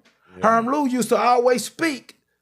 He used to do the disclaimer for the record because he knew you was finna hear some shit. Yeah. But he always, because they was always promoting the Nation of Islam and all of that. Yeah. So that's what we got to get back to. You know what I'm saying? We got to get back to the disclaimers on wax. Yeah. See, guys ain't doing these disclaimers. You know what I'm saying? They out here talking because they really want you to think that this is who and what they are. Yeah, you know what I'm saying? But you see, right? And that's why so many people like, man, that nigga ain't really like that. Man, that ain't him. And that, and then you see so many people fronting and going so hard trying to be that image because that's what sells. So they're going, you know what I'm saying? So now these it used to be studio gangsters. Now it's gangsters in the studio. You know what I'm saying? These guys, they really are toting them sticks. They are toting them wetters. You know what I'm saying? And they are spraying people. They are doing this. And then they want to take to the stage, you know what I'm saying? And they want to promote the lifestyle, but they not promoting all of it. You know what I'm saying? They're not saying about obviously these guys ain't done no time. You know what I'm saying? Yeah. Obviously they ain't had to sweat the bodies that they claim to have caught. You know what I'm saying? Because if that was the case, they'd tell you that. They'd be like, man, look, man, don't go out here and do this. Don't go out here and do that. But if you do, man, you got to be aware and be ready for this. So that's how I know that these guys, they not really ready for the life that they talking about, or they just ready to go and tell on some motherfuckers. You know what I'm saying? Because they not ready to part with the pussy, or they not ready to part with the paper. Yeah. They not ready to part with you know what I'm saying? And then when they sit, that's when they get to talking about on the phone, talking about how their kids is the most important thing to them. The same thing, man, come on, man. Why wasn't you wasn't thinking about your kids or his kids? You know what I'm saying? Yeah. So I just, so my message is, think about that there really are consequences to your behaviors and that karmic cycle that's gonna mow your ass down. You know what I'm saying? And another thing, what I learned, you ain't gotta really, when God say vengeance is mine, he can deal with it with somebody way better, way worse, however you know what I'm saying, than you ever could. Cause you be like, man, damn, man, karma ain't catching up to this motherfucker fast enough. Yeah. And then the whole thing would be an ego trip. That's my biggest thing. I fear my ego. I see it all the time. It jumps out. You know what I'm saying? People, they push your buttons and they'll get my ego. And I'm like, man, and I get to thinking, is this trying to play on what? You know what I'm saying? Then there I go, doing something stupid. You know what I'm saying? I've been so blessed. I continue to be blessed. My thing is, man, I'm like, man, take all their guns away, but you can't take them away because then our hood might get invaded. Our turf, they may decide to start the war because they train their kids. They take them out hunting. They teach them how to shoot straight. They go to the gun range and all of that. Mm-hmm. So I can't tell all my niggas, we put our gun. All I can say is stop turning them on one another, man. Oh. Let's stop doing that. We have to, man. Yeah. But then I'm saying this, let a nigga come to me crazy. You know what I'm saying? Then I done forgot everything I done said. Yeah. You know what I'm saying? But stop coming to people crazy. How about that? You know what I'm saying? Stop coming to people crazy. Stop being out here on that stupid stuff. Stop being out here high and all of that because somebody will be high off some wet or something like that. They'll do something dumb and then you'll correct them. You'll push them off the edge of the earth and then here come their family. Mad because you did. Be like, man, y'all knew that nigga was a fucked up robot. Y'all knew the nigga had his wires crossed. Why y'all didn't do so? Why y'all didn't check the nigga, keep him from coming out here? With that dumb shit. The nigga done wrecked my car, talk crazy to me, talking about he ain't gonna pay for the shit, ain't got a dime to pay. Come on, man. Now I gotta, you know what I'm saying? I gotta pistol whip this nigga. He gonna come back and he gonna tell y'all now y'all mad at me. You know what I'm saying? Talking about we'll deal with him afterwards and all of that, but no, deal with that nigga now. Yeah, get that nigga. He's sitting on your couch high as a motherfucker. Yeah. Ready to go do something stupid. The nigga tell you he walking in and out your house with the damn gun he can't even handle. Nigga done shot himself in the foot already. Damn, take the gun from the nigga. Take that gun. You know what I'm saying? Because people ain't out here playing with their life. Real, you know man. what I'm saying? Yeah. So that's, but I learned that, you know what I'm saying, you let a nigga live long enough, he gonna wish he was dead. You know what I'm saying? Man. He gonna wish when that shit catch up with him, man, whatever, the bed sores or whatever the nigga done got from the chick he done gave the pills to fuck. You know what I'm saying? The bitch he done date rape. The chick he done date, yeah, man. You know what I'm saying? That's how it be, man. He didn't make you the wrong one. Yeah. She was poisoned. Yeah, exactly. He tried to poison her, but he poisoned himself. Yeah. Because, man, God know how to deal with people, man, better than I ever could, man. Bro, that is a fucked up case, buddy. Bro, you trying to rape some girl and she got to get disease. Yeah. Exactly. She already polluted. You know just who did it. This nigga show up scratching. Nah, man, I didn't do it. I mean, she lying now, do nothing, man. Yeah, this nigga scratching nigga face falling apart. It burn when you pee, nigga. Yeah. I'm like, damn, man. That's why you know what I'm saying? Shit. I'm trying to stay out of them long yard situations, man. You know, hey, man, leave me alone. Yeah, man. I don't have nothing to do with none of that.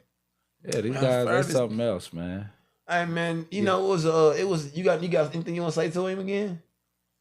Yeah. I want to know where do you see the music in the city? Because the last time we had spoke, I remember you telling me that you was getting some kind of a grant or something where you was man. So I was doing this thing, man. They slammed. I was like, man, I was doing a hip hop alliance, man.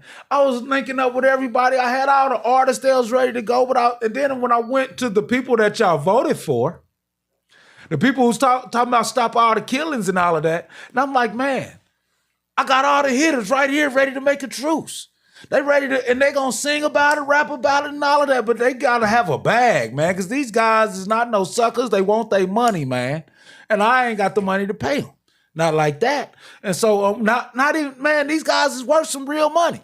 So, what they do, they put me on, they try to treat me like one of they skeezers that they be tipping with on their wives and shit. They try to treat me like that. And then I'm like, man, they know that my patience run thin. They know I got an ego. And so I was like, man, fuck y'all, man. I'm going to go out, I'm going to hit the streets, and I'm going to get the bag like that, man. Then I'm going to bring all together, and then I'm going to let them know. We're going to oust y'all. Y'all not getting no more votes. Y'all not getting no, and not only that, and I tell them, I'm like, shit, and that's what I backed up when just like how you act. I'm like, man, I was like, man, shit, man, go and shoot this motherfucker up, man. You know what I'm saying? You niggas don't, you know what I'm saying? They ain't got money for everything else. But they ain't trying to give a dime or a grunion to you rappers. They ain't trying to give nothing to you artists. They ain't trying to give nothing unless you know, a part of their regime, and that, you know what I'm saying? The only one they recognize, you know what I'm saying? They recognize Tech Nine, but he don't need their recognition. Yeah. You know what I'm saying? And so what I'm telling y'all, you know what I'm saying, what I'm telling the Black Top, we got to unify. We got to come together. It's us. And that's why I'm out here, because I know that I done fucked up some shit. So now I'm here to fix some shit that I fucked up. You know what I'm saying? So I'm asking the artists, we the only ones that can fix it. And we can't give them no credit, because as soon as we get to doing something, they want to come and put their name on it. You know what I'm saying? They want to stand by us and take a picture and show how they connected to the hood. And get your punk ass away. Get your punk ass You know what I'm saying? And then the women. You got all of these women that's in the seat of power, and they man haters. These are literal man haters, man. Oh my God. You know what I'm saying? And so they hate niggas. You know what I'm saying? Not just black people, but they hate men, period. You know what I'm saying? And so, man, we can't keep on supporting them like that, man. We can't get them our votes or nothing, man. That's why we gotta decide, we gotta wise up. Because politics, a lot of people say, man, I don't fool with them politics. The thing is, politics is simply a matter of who gets what. And if you're not at the table, you're on the table. So I encourage my guys, I'm like, man, we got to get involved. It's just we got to understand what we're getting involved with. And we got to put our own people there. We got to put our own people there. When you go in these places, man, I'm telling you, man, it ain't nothing but women and homosexuals, man. That's all it is, man. And they in power, man. And so, you know, Soon as a real nigga show up, they gonna bar the doors on you. They're gonna bar the doors. They're gonna be like, I see a real nigga coming in through the parking lot. Damn. You know what I'm saying? And they not fucking with us. But it's enough. We got enough on the blacktop. We can make our own moves. We've been making our own moves, but we making them in the wrong arena. You know what I'm saying? We got podcasts. We got people with all the viewers. Man, you go to that. Look, they'll put something together. They got the city budget. They got the radio. They got the flyers everywhere. They got all of this shit. Won't nothing but 10 people show up. You know what I'm saying? They ain't got nobody. They don't know how to fill the room. You know what I'm saying? We know how to fill these rooms up with our people. You know what I'm saying? And then they go and get money in our behalf, talking about this is for high risk. We want to go and talk to the people with the... When the last time you talked to somebody who had some pepper on them? When the last time you talked to a real life body snatcher? You know what I'm saying? They go and they talk to these damn Gandhis. Yeah, you know what I'm saying? And then they had the Gandhis on. They have them all. They give them money too. They'll give them the bag. The bootlickers. Yeah. So I'm saying, man, we just got to unify on the blacktop, man, and then we got to appoint our leaders. We got to appoint the people who we want to lead us, man. You know what I'm saying? And like I say, I done been in them rooms, man. I done been in rooms, man. It's so fucking where it'll have you quaking in your boots. I'm talking about money. I'm talking about literally, I done walked in, peeked in the back of the warehouse or whatever you call it, in the back of the garage or whatever, and they were shrink wrapping money, cash. Putting shrink wrap on cash on a pallet is how much money that they had. You know what I'm saying? And when I came, I said, wow, I wasn't supposed to see that. Yeah. You know what I'm saying? But this isn't it because at that time, I was always drinking. You know what I'm saying? I was always drinking Patron or whatever, and I had to take a piss. And every meeting I went into, I was smelling like Kush. I made sure that I didn't dress like them, didn't look like them, so they know I wasn't one of them.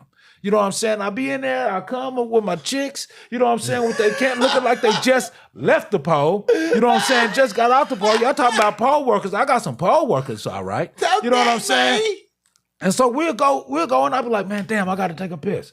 So as I'm, the way it's designed, and I go in, I'm like, damn, which room I come out of? And they got the motherfucking money shrink wrap. You know what I'm saying? Yeah, and I'm like, damn. Why don't you call me? Oh, we could have got that, man. Man, you could have called me. We would have got that. We would have been gone. Shit, but I knew it was some dope money or something that these politicians was handling. You know what I'm saying? I knew they was crooked or whatever. But the thing is, you showed right, you man. You should hit my DM, bro. But people don't want to go to meetings with me, man. I wish these guys. I would go get that money, man. Because they were like, oh, man, that's me on that political shit, man. He on that. I'm like, man, these niggas is gangsters. They just got a different style. You know what I'm saying? And they will get you wiped out. Hey, you know what I'm saying? I want to say something. This is sidebar. This is just main who I am, okay? And if they don't know, they know. What they know, you probably don't know. Man, all that money, man, I know that I wouldn't have did nothing with a non-violent offense, man. It would have been 15%. I would have laid down. I would have came home to a check. I would have believed that she would have let me sell. I would have sat up in that motherfucker just eating good for a minute. Man, hey, don't see me there. If it wasn't so many cameras, I probably would have made away with the money. I would have told him, hey, man, just send me a bed every 3 months until I go home. I'm cool. I'm cool. I would open the store off the first one. Hey, I don't need you no more 50. Just put my money up. Yeah. All that money up. I already got a house. Fuck it, we ball. That's all I said. That'll be my mom. Hey, Felix, on the way there. Fuck it, we ball. I'm going to jail. I'm going to fuck it. Yeah. We go. I bet you. I'm going with that money. Hey, I'm going with that money. Yeah. Fuck it, we ball. Yeah. Okay. Because they was really playing with some paper, man. This back to reality. I'm sorry. I've been getting off the track, you know what I'm saying? That main just comes out of nowhere. But get back to what you want, man. You know, I'm not like that anymore. But I will get back to that time. Anyway. Man. Yeah. But you sure right, man. And and that's what happened to the thing, man. The politicians, I talked to all of them, man. Your ministers, your 103 radio station, and all of that. I went to all of them, man. I mean, I know how to clean up nice. I go in there and I know how to talk to them and all of that. You know what I'm saying? So but like I say, they knew I wasn't one of them. Yeah. You know what I'm saying? Like, they not like us. You know what I'm saying? I feel you. You know what? I don't trust every minister, as a matter of fact. Not all of them. Some of them are good ministers. Yeah. Some of them, man. Just like the Reverend, man. Filthier than ever, man. I'm trying to tell you, man. Man, them pimping ass guys, boy. Man. You know what I'm saying? Well, yeah, some of them ain't right, man. But a lot of them ain't right. Yeah, I know. You know, and you can just see the community, and you know they not right just by going into their establishment. When you go into their church, flock. You go to their church, man. They church is full of women and Gandhis. You know what I'm saying? That's just women and Gandhis. You know what I'm saying? These with guys with the limp wrists. You know what I'm saying? That's what you gonna see in there, man. You ain't gonna see it. You ain't gonna see no thorough nigga unless he's just been invited. You know what I'm saying? He's just there and he's like, man, you know what I'm saying? Nigga low key behind doors. He probably fighting the case and figured he go to church this Sunday. Felix, you know what I'm saying? Felix Mitchell, you are. Hey, listen, you are so originally gangster, man. You the only nigga I know that still say Gandhi, and I like it. I know what you mean. These niggas is Gandhi, man. Man, that's boy, you can't even help these Gandhi niggas, man. Boy, he brought that word back to my life. I heard that. I love that word, man. Boy, listen. It ain't no saving them, man. You can't. You know? it's like a hoe. You don't save them. You don't want to be saved. They don't want to be, man. They love who they are, man. They prideful. They full of pride. You see it in their stripes that they wear. You know what I'm saying? That's too many colors for me, man. Yeah. I don't like all them colors, man. That's too many. Purple, green, yellow. And then they letters, the name of their thing, the group letters, it's gonna take up the whole alphabet. They the new alphabet boys, not the FBI, DEA. You know what I'm saying? They got more rights than black people, and they got theirs faster. Man. Damn, that's crazy. But one thing, man, you ain't gonna see nobody in the ranks of Islam with a limp wrist. Nobody, I don't know what they do. Behind in their own personal life, but you're not finna come up in the ranks with a limp wrist and you know what I'm saying? You just, you know, they're not having it, man. You're not coming in there. They don't play that come as you are. And I don't understand. Because God don't even play the come as you are. He tell you it's strict guidelines to get up in this kingdom. You know what I'm saying? The gates only it's narrow. It ain't wide as a motherfucker. So why do they let these people just come in any type of way that they want to be? They want everybody. You know what I'm saying? Everything got rules, man. Well, that's why a lot of people are so soft now, because everybody gets it accepted. Everybody gets an award. Motherfuckers get an award for nothing. Give Jeffrey an award just for showing up. Here, Jeffrey, he coming through there, nigga, with a goddamn, what you call it, what the little girls be wearing, little tutu on or some shit like that. They just let him do it. Here, Jeffrey, he showed up. Man, you don't take that shit, then you put a football in his hand. Yeah, man. And go play boxing with your cousin. Yeah, man. Put that nigga in the chest or something, man. You be like, oh. With his fake ass titty implants and shit. You know what I'm saying? Nigga want his own bathroom and shit. No, nigga go in there with the, you know what I'm saying? You got the same thing. All right, nigga done got his shit cut off or some shit. I don't know, man. Man, we live in the troubled times, man. Man, troubled times, man. It's scary, man. Yeah, like they used to say, honey, I'm scared of you. You know what I'm saying? Honey. Man, these niggas, boy. Man, look, they out there, man. They all over, man. So basically, when you was gonna get the money and fund it, or when you say the Black Top need to come together, what are some of the things? What are some of the steps? Because, bro, you know, we hear that a lot. Yeah. All of us need to unite. Yeah. All of us need to, but it really, for real, you will be considered one of the leaders in our community for that. It's what we call breaking bread, man. You know what I'm saying? We say we need to come together, but ain't nobody breaking bread. Ain't nobody pulling you to the table like, man, look, man, I'm showing you that I fuck with you. There you go. And if a nigga want to run off with the shit, run off with a blessing, you know what I'm saying? Here go the keys to something. Oh, man, you doing, man, let me help you out. How can I help you? You know what I'm saying? I see what I think you need. You know what I'm saying? I know what you need, but what you voice what you want. And then you can see where a guy, where his motives are based on his desires. As soon as he tell you, he gonna be like, man, I need this. You're like, okay, I see what you want. But I'm gonna go ahead and help you out. But everybody ain't got it like that to get. But like I say, it's enough of us out here on the grind with the resources, and we can start pulling these guys in. But we gotta, of course, we gotta beta. We gotta vet them. You know what I'm saying? We have our own processes, and then we see like, man, okay, Because that's what it really takes. When they see guys from this side, from that side, from that clique, from that crew, from that, and they see guys moving like that, then they know they like, oh man, them niggas is on to something. It's something real. This podcast, you know what I'm saying? Here it is. You invite so many different people to the table, and then you ain't discriminating against them. You know what I'm saying? Not only that, the backdoor shit, man. Niggas gotta stop snaking each other out. That's why they don't. Man, that nigga, man, you don't really know him like I know him, man. That dude, man, that nigga is scandalous. You know what I'm saying? It's so many weak ass backdoor conversations will fuck shit up, man.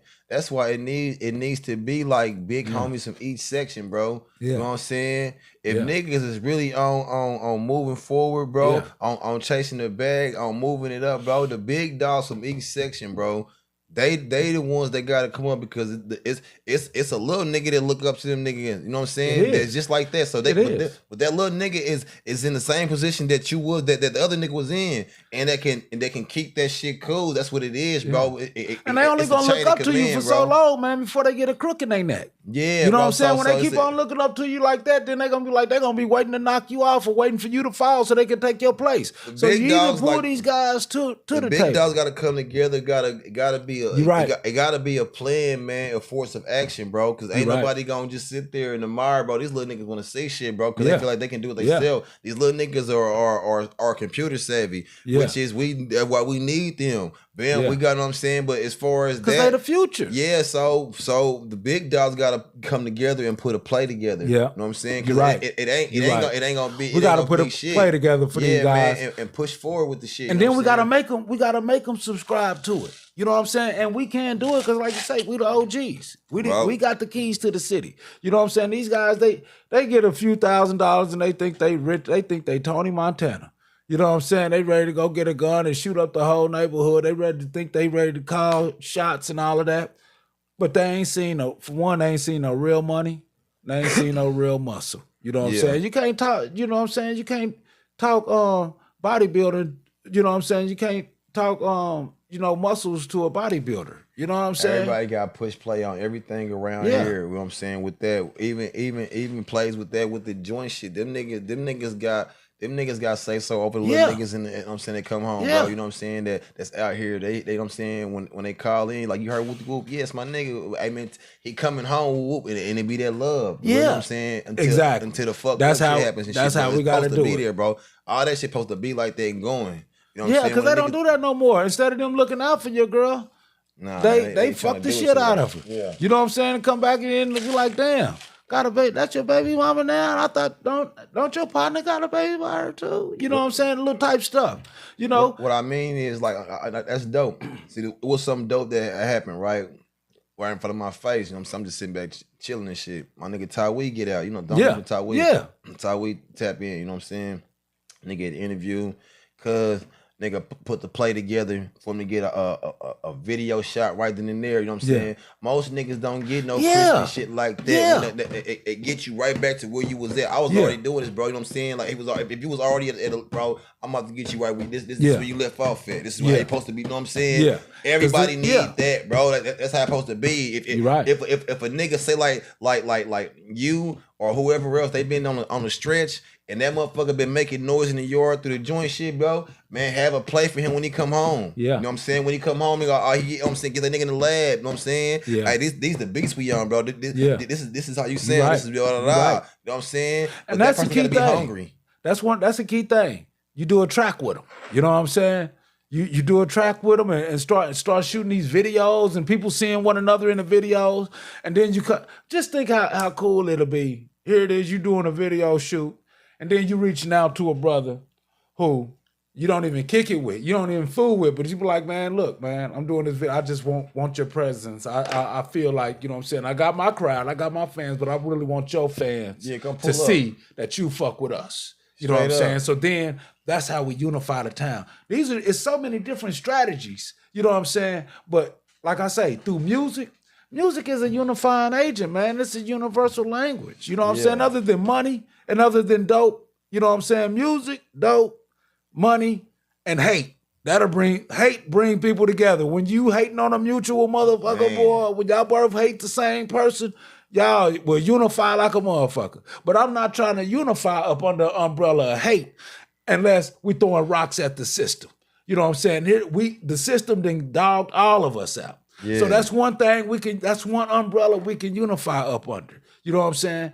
We all out here hustling. That's one thing we can unify up under. We all love music. That's one thing we can unify. The game is more important than anything, bro. I'm gonna tell you this, right? From a young nigga like this, say like me, right?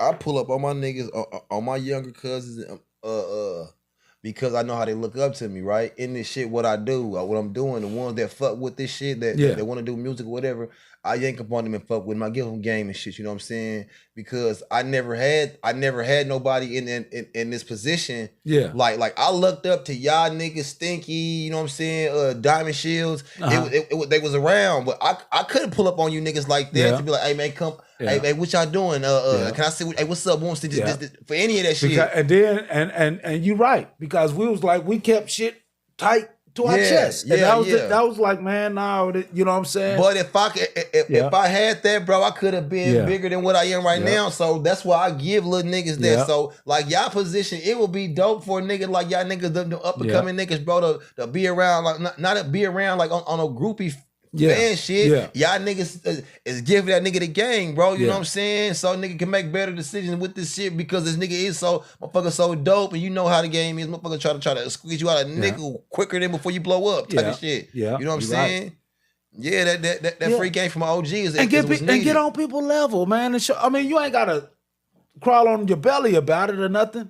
But man, reach them where they are sometimes, man, because like I say, man, every time I go to the different libraries and stuff, I like the Plaza Library. That mug is dope. It's peaceful even. Yeah.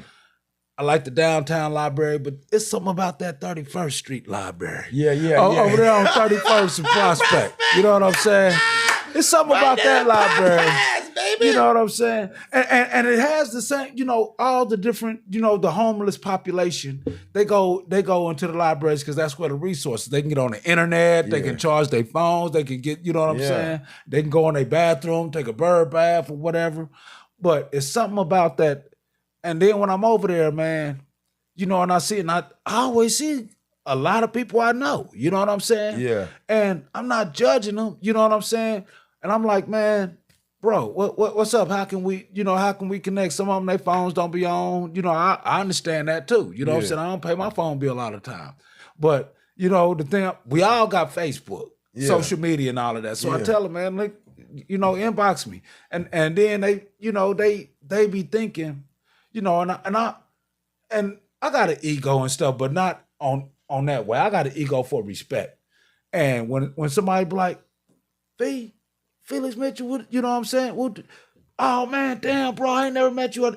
Man, I show him love. You know what I'm saying? Oh, man, and take a selfie. Okay, let's do it. You know what I'm saying? I ain't one of them standoffish type of guys. You know what I'm saying? I'll walk around. God bless me to, you know what I'm saying, have some rides. You know what I'm saying? And, you know, I drive around, but I get on my bike. You know what I'm saying? So I can, you know what I'm saying, move for exercise for sure. Yeah. But I also get on the bus. Yeah. Not because, you know, I'm always running late, got somewhere to go, so I can't be on the bus all the time. But I ride that bus, man, so I can connect, man. People be like, man, but you know what I'm saying? Exactly. And then I enjoy it. It ain't like, I don't feel bad about it. I don't have to be on the bus. Oh, I ain't got to be on the bus. I can ride it, you know what I'm saying? No, I'm on the bus.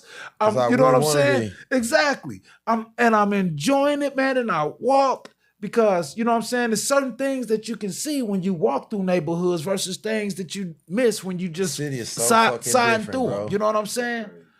You know, But yeah, my people on 31st, man, I hate how they get done. You know what I'm saying? I hate how they, and you know, being a North Side cat, you know what I'm saying? We didn't always move outside of our perimeters, outside of our, you know what I'm saying, our own habitat. But I feel, because I was blessed to be able to live on different sides of town and to make bonds and build bridges with guys from different networks and different sets and different you know, and make genuine allies. If it ain't from high school, if it ain't from prison, if it ain't, you know, from the gang, because I was a good nigga in the gang. You know what I'm saying? I didn't do people bad. You know what I'm saying? I didn't rip them off. You know, so any of them walks of life, or now with the community stuff, the outreach and all of that. You know what I'm saying? And then when I ran for office, man, I had to, knocking on people's doors and all of that stuff, you know what I'm saying? And meeting people and talking to people like they say, shaking hands and kissing babies. Yeah. You know what I'm saying? Doing all of that stuff, that was a whole nother experience for me, man. And it really, it humbled me in a whole nother way, But yeah, man, that's what's up, man. That's the stuff, man. And I love doing it. I love connecting with my people, man. Yeah, man, that's what's up, man. Excuse me, damn, I got caught up my words and shit. Nah, that's what's up, though, man, on some real shit. A lot of motherfuckers need to do more of that shit, though. Like, growing up, like you just said, like with coming up and shit, y'all never really moved outside y'all jurisdiction. Yeah. But y'all had some motherfuckers y'all fuck with himself. I remember Rich used to bring up Brother Jay. I remember being a kid, you know what I'm saying? That nigga had he had the bag back then and shit. Yeah. Y'all was tapped in with that nigga though for real like that? Absolutely. And so, matter of fact, Brother Jay was with Rich's brother when he got murdered. You know what I'm saying? Both of them got shot together. You know what I'm saying? And then that's how we found out who did it, and how it went down, you know what I'm saying? Because he thought he killed Brother Jay. You know what I'm saying? But well in peace, Brother Jay, man, and well in peace, Seaweed, Yeah, man. But the thing was, that was Rich though. That was Rich way back then. Rich, he was a factor, he been a factor, you know what I'm saying, messing with everybody on different people blocks, whoever was getting money, you know what I'm saying? Pull up on the block. If you was getting money, man, and you know what I'm saying? And it wasn't like he was coming up there to hustle and get your money or whatever, or just to be seen with you or nothing, but he was there to network. You know what I'm saying? He was networking with all the hustlers. So it was beyond red and blue. Yeah. You know what I'm saying? Just like, the Drapers and all of them guys, you know what I'm saying? Ren Draper, that's my nigga. You know what I'm saying? We was in the city jail. We was at Leeds together. Yeah. Smoking like a motherfucker. Ren had to smoke. You know what I'm saying? He had to plug. That's my guy, man. To this day, love him, man. That's my brother, man. Can't nobody say nothing different, man. You know what I'm saying? I see that nigga, man. I don't care where I'm at, what's going on. I'm stopping, dropping, I'm a roll. Man, that's my nigga, not to this day. Okay. You know what I'm saying? We can't let you go without playing the E16 TV. Okay. You know what I'm saying? It's a game. It's a this or that type of shit. Right. You know what I'm saying? Now, We can't even ask him the first question. Man, yes we can. No, we can't. Yes, man. We can. Yes, we already know the answer to it. We do know the answer, but this is the game. It's a this or that game. Okay. Okay. These are questions. This is some Kansas City shit. Okay. This is all Kansas. This has been always a this or that through anybody throughout the town. So boom, here we go. Rich or Tech? Rich or anybody. Rich is my favorite rapper. I knew it. Rich or Fee. Rich is my favorite rapper. Man, all day. Okay. This is going to be a good one right here. Ooh, this is going to be a good one. Gates or Arthur Bryans? Oh, man, Gates, man. I eat cold cuts and Gates, man.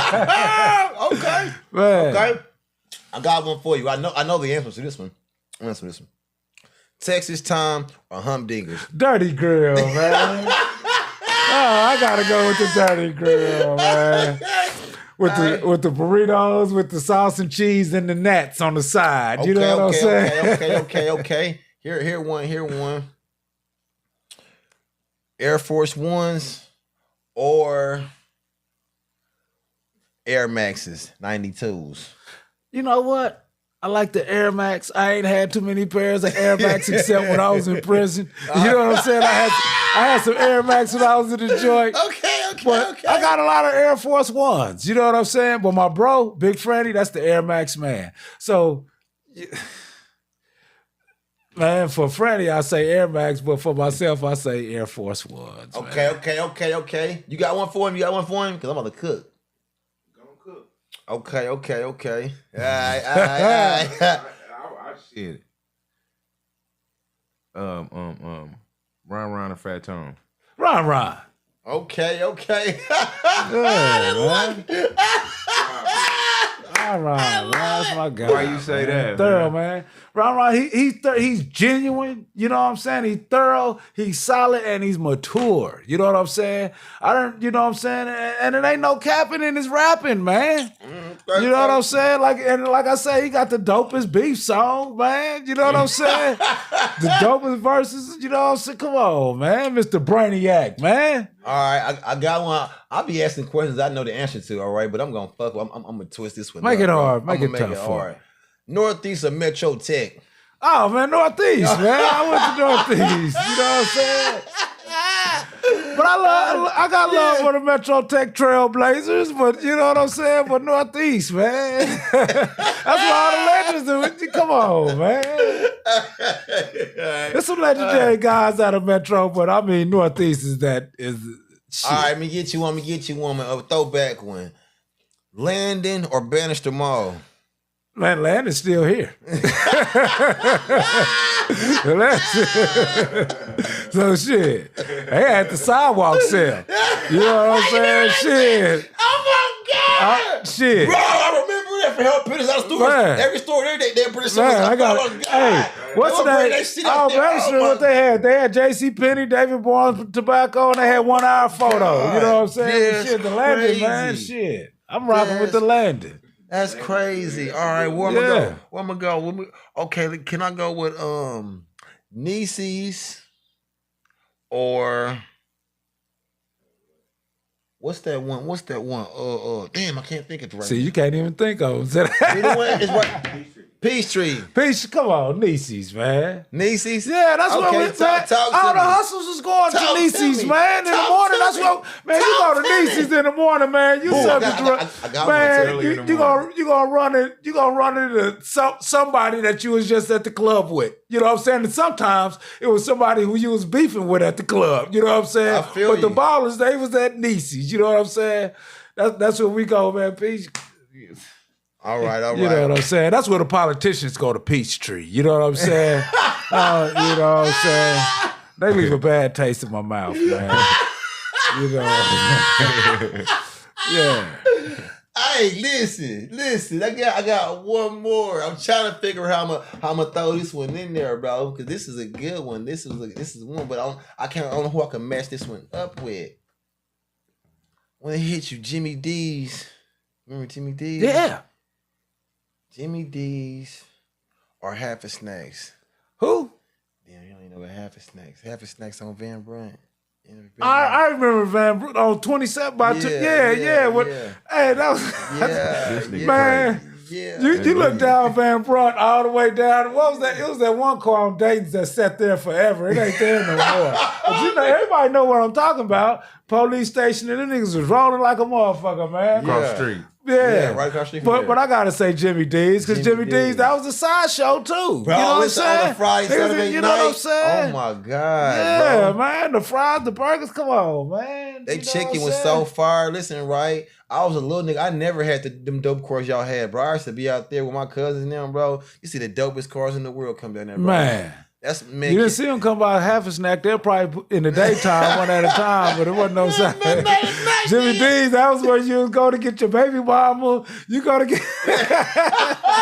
You gonna pick up somebody, baby mama. Somebody, there. yeah, man. You drinking and man, shit, yeah, man, for shit show. Hell yeah. Hey, what you miss the most about the old Kansas City? About Kansas City? Man, if you could bring anything back, not an individual, but like a club or a function or anything, if you could bring back that, what would it be? Man, shit. If I could bring anything back, I'm trying to think. It's a lot of stuff that I would like to see come back. You know what I'm saying? But in my level of maturity, it's kind of like different. You know, I see things a little bit different. Okay. But what is it that I would probably say Jimmy D's? You know what I'm saying? Because that was the thing, and I was like, you know, as many people got shot over there, man, and as many shootouts and stuff as it was, man. But that'll be one thing, man. You know, because that was the popping thing. You know, okay. How far back in the day? That's what I probably. However you want to do it. However you want to do it. Because if I could bring anything back, it'll be the dot with my guy. You know what I'm saying?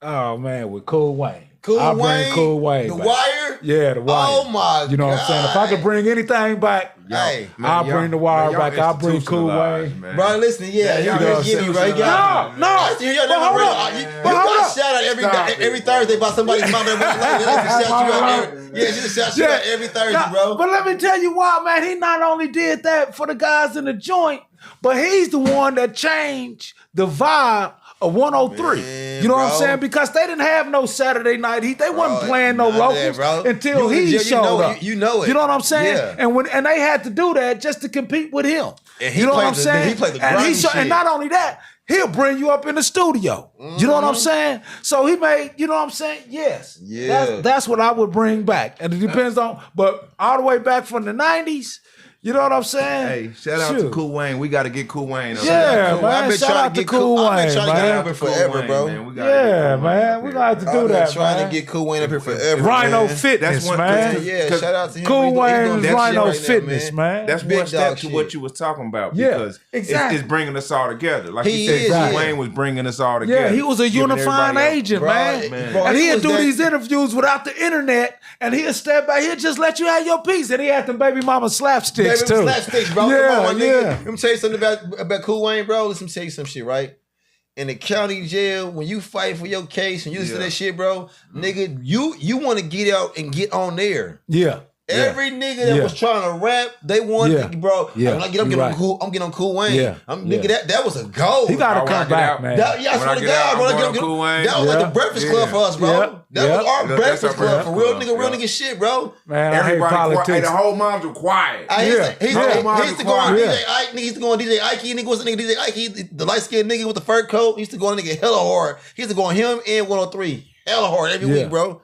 Yeah. Oh, I miss Cool Wayne. Yeah, shout out to Cool Wayne, man. Shout out Cool Wayne, bro. Man, we gotta get him up here, man. We gotta get him up. We gotta bring it back, man. He gotta do something. That's where people like us is supposed to come together and help him get in that position. Yeah, exactly. Because we know he gonna do what he supposed to. We know. Listen, right. This time we know he gonna do what he supposed to. He need a pay gig because that was volunteered there for KKFI, bro. He was paying for everything, bro. That's what I'm saying, bro. He need a pay gig. They got the wrong motherfuckers at Power 5. They need to get 105 at the new one. At the new one. Let's get him there. Yeah. Let's get him there, bro. They gotta do, okay. But it's a new one here. We got a new 103. It's better than 103. Oh yeah, Power 105. Yeah. Nigga. They play Miss Cush and everybody. They DJ Boogie D. You know what I'm saying? Yeah. But they play all Kansas City shit all day long. They get to hear it in the county? Bro, you hear it here. Y'all talking about? No, you can hear it right now. 105.1. You can hear it right now on the streets everywhere. It's stronger than 103. The white 103 people don't even listen to 103 no more. So you saying we need to get behind it? Bro, they play Miss Cush on there, bro. What's the station called? They play Fat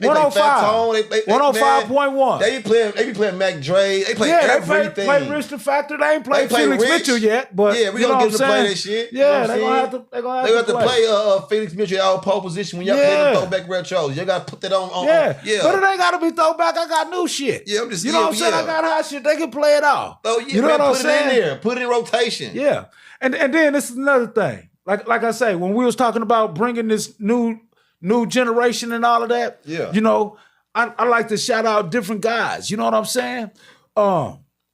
Guys that's doing like YGKC. You know what I'm saying? Guys like KC Young Boss. Shout out both of them, brother. Shout out both of them. You know, and then it's a lot of other girls, like you say, Miss Cush. Yeah. You know what I'm saying?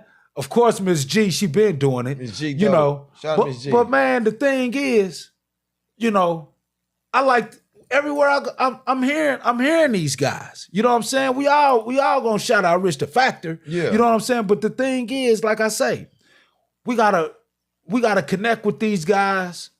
You know, because when they get too popular, I ain't gonna say too big. When they get too popular, you know what I'm saying? Some guys be unapproachable. You know what I'm saying? And some guys they feel like when you not seen. You know what I'm saying? It's better. People respect you more when you don't come out, when you don't show up, when they can't have access to you and all of that. Yeah. The thing is, we gotta access one another, man. We gotta connect. We gotta connect with one another, man. I know how to get in touch with certain guys. You know what I'm saying? And if I don't know how to get in touch with them, I know people who know how to get in touch with them. So it ain't nobody who's untouchable, one way or the other. You know what I'm saying? So my thing is I like to bring these guys to the table, man. And so they can use their influence. They use their influence to put the voice out there and bring other people to the table, because it ain't getting better. It's only getting worse. These guys are getting younger and younger. And like I say, just because you put somebody off the earth, you know what I'm saying, that don't make hell of a dude. You know what I'm saying? You seen how the little kid that went up in there and he caught 14 bodies. He just went up there. He's like, man, why you do that? Why you go up in there and shoot up the school and kill everybody? You know what I'm saying? Oh, because the teacher was touching him or some shit. He was being bullied. They always say it's because they being bullied. You know what I'm saying? Yeah. So anybody can squeeze. You know what I'm saying, on somebody. Anybody can hate somebody to death. Yeah, that shit hella. Yeah. Anybody can hate somebody to death. But the thing is, can you look past some stuff? Can you unify some stuff? Can you bring some stuff together? Can you look past your grudge or your vendetta? Can you get off of your high horse? That's a bigger challenge. You know what I'm saying? And that's what I would like to put across to my brothers and stuff. And like you say, man, we get different guys in different seats, man, like Cool Wayne and stuff like that, man. We can really turn it around and can't nobody take credit for it. You know what I'm saying? And they'll look at our city, they'll be like, man, that's Killer City that, we still solid. We still standing strong. But look what, now we done unified. Yeah. We done unified, just like the bow ties did. You know what I'm saying? Yeah. I mean, we can do it, man. And that's one thing I really want to see, because I don't want to have to be carrying my gun everywhere, man. That shit, man, leave bruises on your hips, so you got to carry, you know what I'm saying? But, toting that weather, man. But like I say, man, if people would just, man, be humble, man, and not be so arrogant. And I talk to myself all the time, because I'm one of the biggest ones, man. I can't let my ego get out of hand, and I can't respond the same way to the old stimulus. Man. You know what I'm saying? I gotta have a new response, a better response, a more mature response, and not only that, I can't position myself. I can't let somebody get me so riled up to where I find myself in those situations and stuff like that. So I always got to greet brothers. You know what I'm saying? How you doing, my brother? Oh, man, you looking good, man. Because, when you complimenting the guy, man, they'll still hate on you, but it's a little more difficult for them to do that. You know what I'm saying? They got to do it behind your back. Niggas mugging you and shit, and you telling the nigga you got a nice-ass car, man. You know what I'm saying? You're like, damn, you all right. You know what I'm saying? Like, Yeah, they gonna do behind your back like, yeah, man, that suck ass nigga sit in my car nice. Man, niggas yeah. Car and shit, kid. Fuck with me. Yeah. That's how they be, man. Well, they can't help themselves. You guys are cornballs. That's what we call them. Yeah. You're fucking cornballs. Yeah, that's what a lot of them be.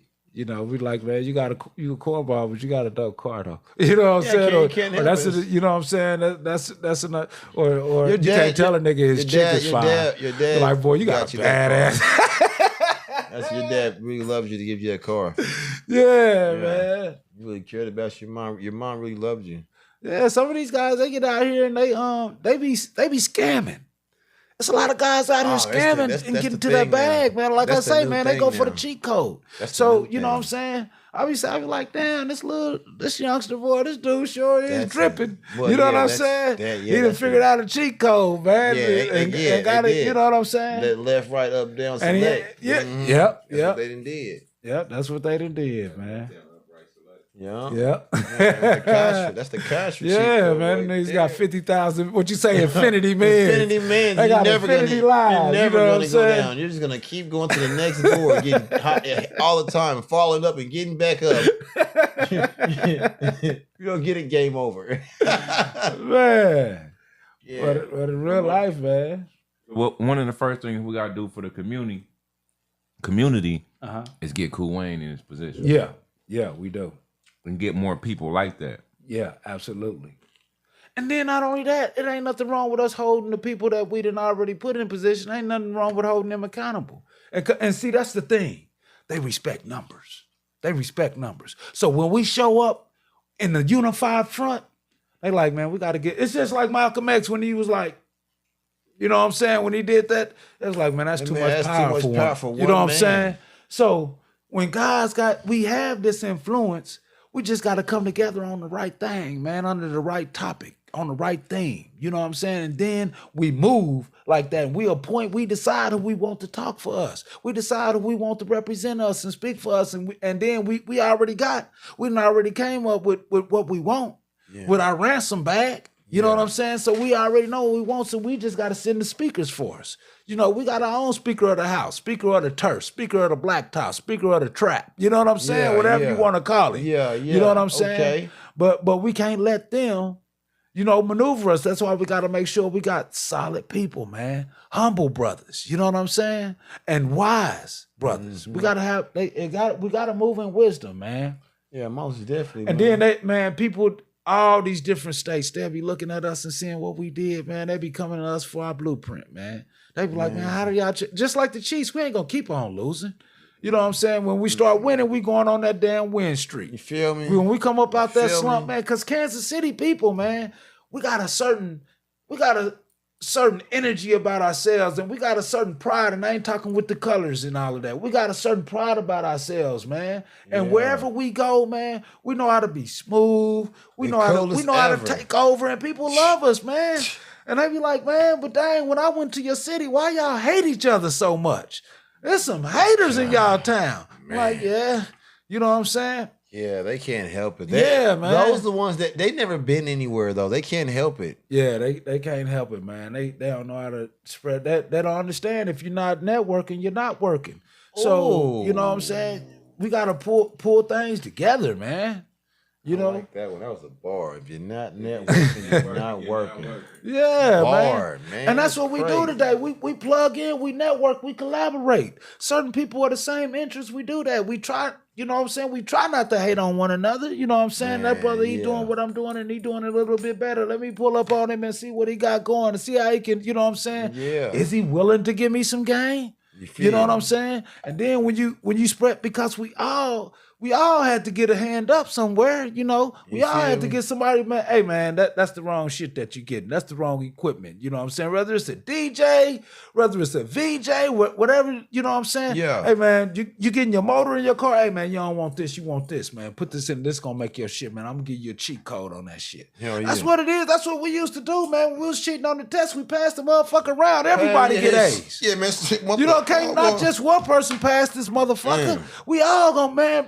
Nah, shit, you couldn't give it to Jeffrey. Yeah. Jeffrey be. Hold on, man. Jeffrey ain't so bad, man. We gotta find another name for the lane. Okay. Find another name. Yeah, but I understand, man. Jeffrey with a G. You know what I'm saying? Jeffrey with a G-O-F. Jeffrey with a G. Yeah, that one. You know what I'm saying? No, I can't use that one. That was my homeboy's name. I don't want to use that nigga's name either. Damn, I couldn't give him one. Let's call. Nope, can't use that nigga's name either. We got such and such. Yeah, man. Use somebody who we ain't feeling right now, who ain't doing the right thing. The guy Myron D from 103. How about that? You know what I'm saying? Myron from 103. You know what I'm saying? Yeah, we gonna Myron D from 103. Yeah. I remember Myron D and Don Myron. They was the Pump and Dump It brothers or some shit like that. Yeah, or the Myron. That's who. Don Myron and Myron D. Yeah, the Myron. Yeah, that Myron 103 faction. You know what I'm saying? Oh, what's up with him, man? What he said is, that's what we gonna call. 103 ain't show no love to nobody. Oh yeah, man. You know what I'm saying? Oh yeah, man. When did they put somebody on, man? That's a lane. See, it was JT Quick was the only one that let brothers in the studio and all of that. You know what I'm saying? JT Quick. You know what I'm saying? JT Quick, he ain't even around no more. You know what I'm saying? I remember JT Quick. Now they got these guys. They had Tony G. Remember Tony G? Yep. Tony G. Yeah. That's the original I-88. Yeah, man. That's Tony the G, real. man. Tony G was the original. Yeah, guys like that, but they not there no more. All of them is like Jeff Charney. You know what I'm saying? That guy that go with the, you know what I'm saying? Yeah, man. Yeah, even Brian be shining, man. You know what I'm saying? Come on, I know you was DJing down there at the corner, and I know they pay you to go to pull the 103 truck up to all the different places. But man, come on, man, you ain't with this. You ain't with it for real, man. You ain't with it for real, man. Yeah, man. Yeah. So do you feel as if the radio stations should deal with the local artists a little bit They have more? to. Yeah. Every other city do Yeah, that. exactly. How you think the Lunatics got on? Magic 103. You know what I'm saying? Every other city support their local artists, man. Yeah. But that's why don't nobody listen to them no more, so it don't even matter. You know, they got a new one. They got 105. We got 105.1. So we don't 105 play everybody that's popping. If you popping, you do it. Yeah. They like, man, send us some music, man, and we'll play it, man. And they spin it, man. You'll hear Ron, hey honey. Yeah, I didn't hear that. You'll hear that shit, man. Yeah, I didn't heard that. You know, you ain't gonna hear that on 103, man. I heard Mac Mall on there.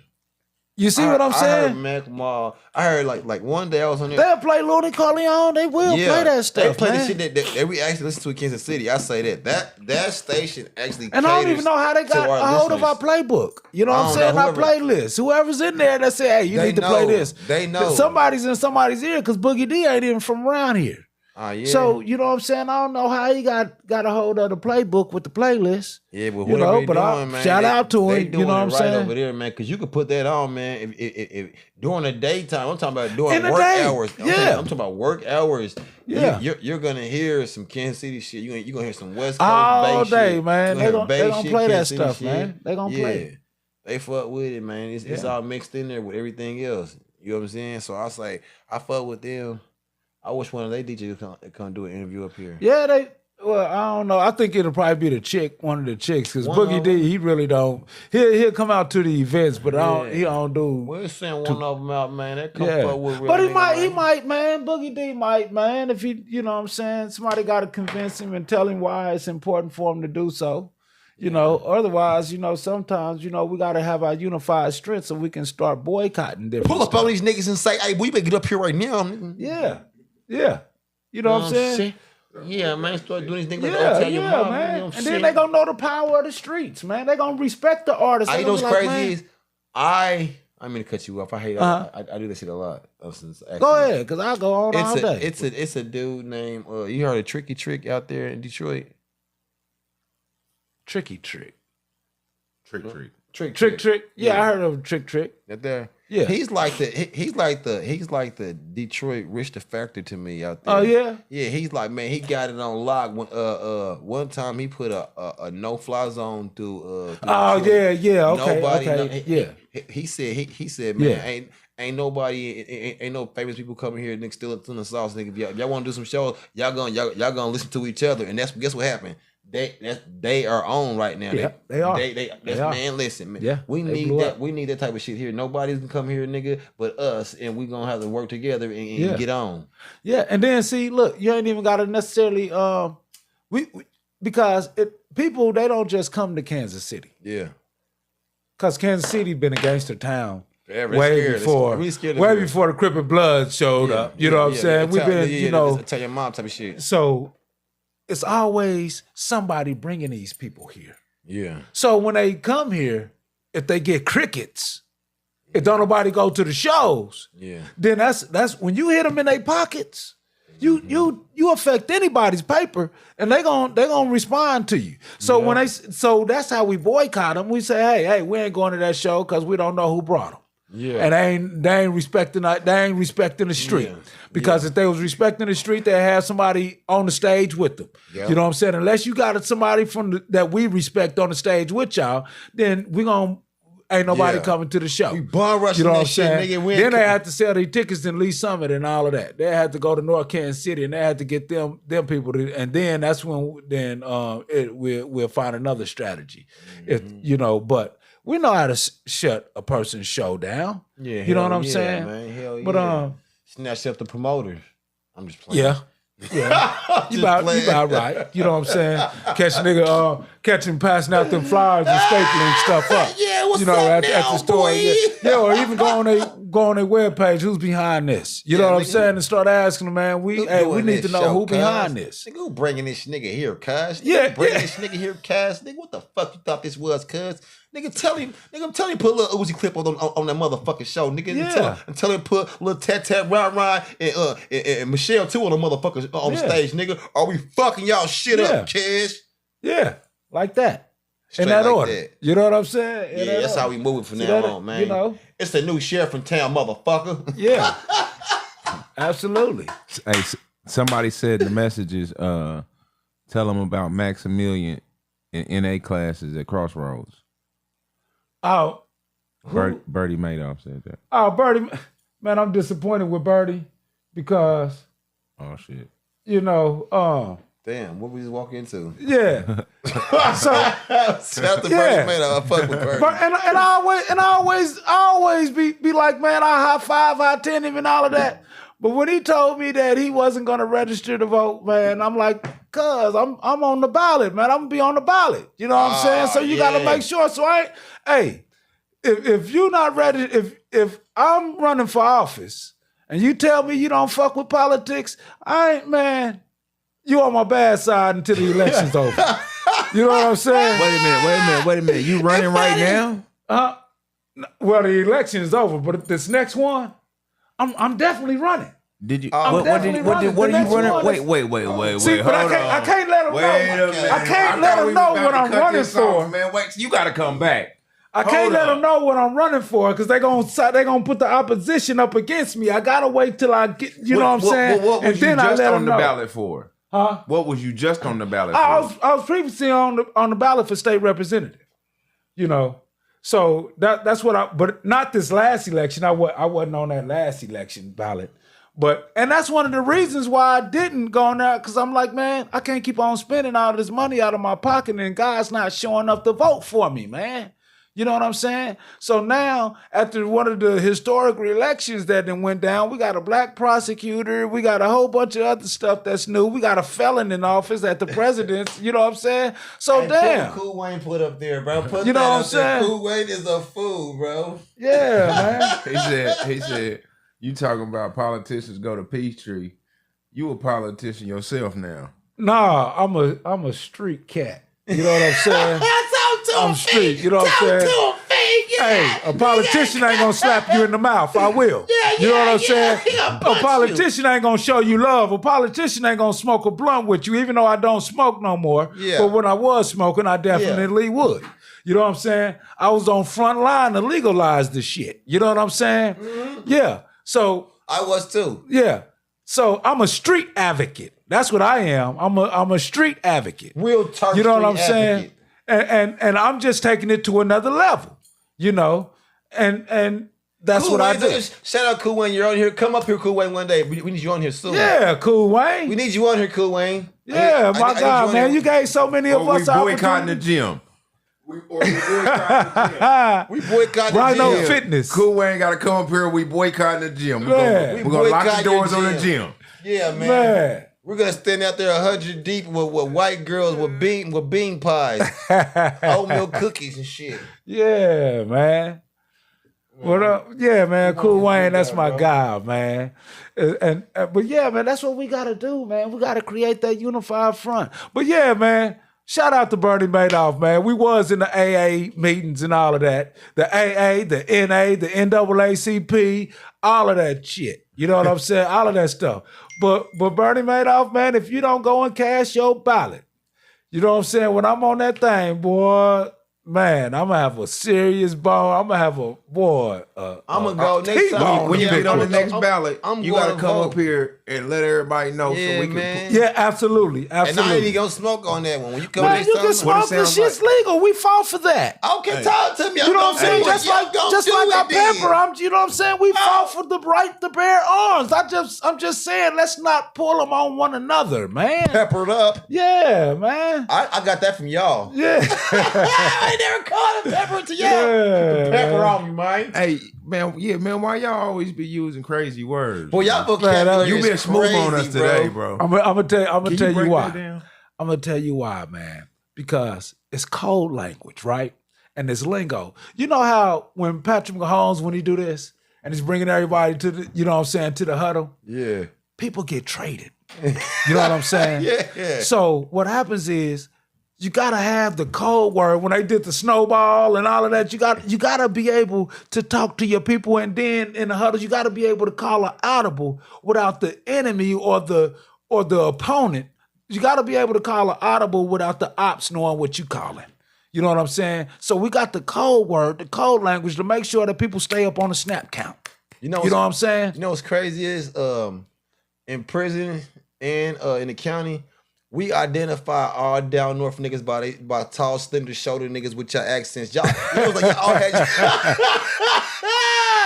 north side niggas talk like that. It's like y'all not even from Kansas City. Y'all got your own slang, your own vocabulary, your own pitch. Y'all got your own like nigga. Y'all, everybody's super duper cool, man. Like what the fuck? What are they saying? Are they speaking our language? Where do they come from?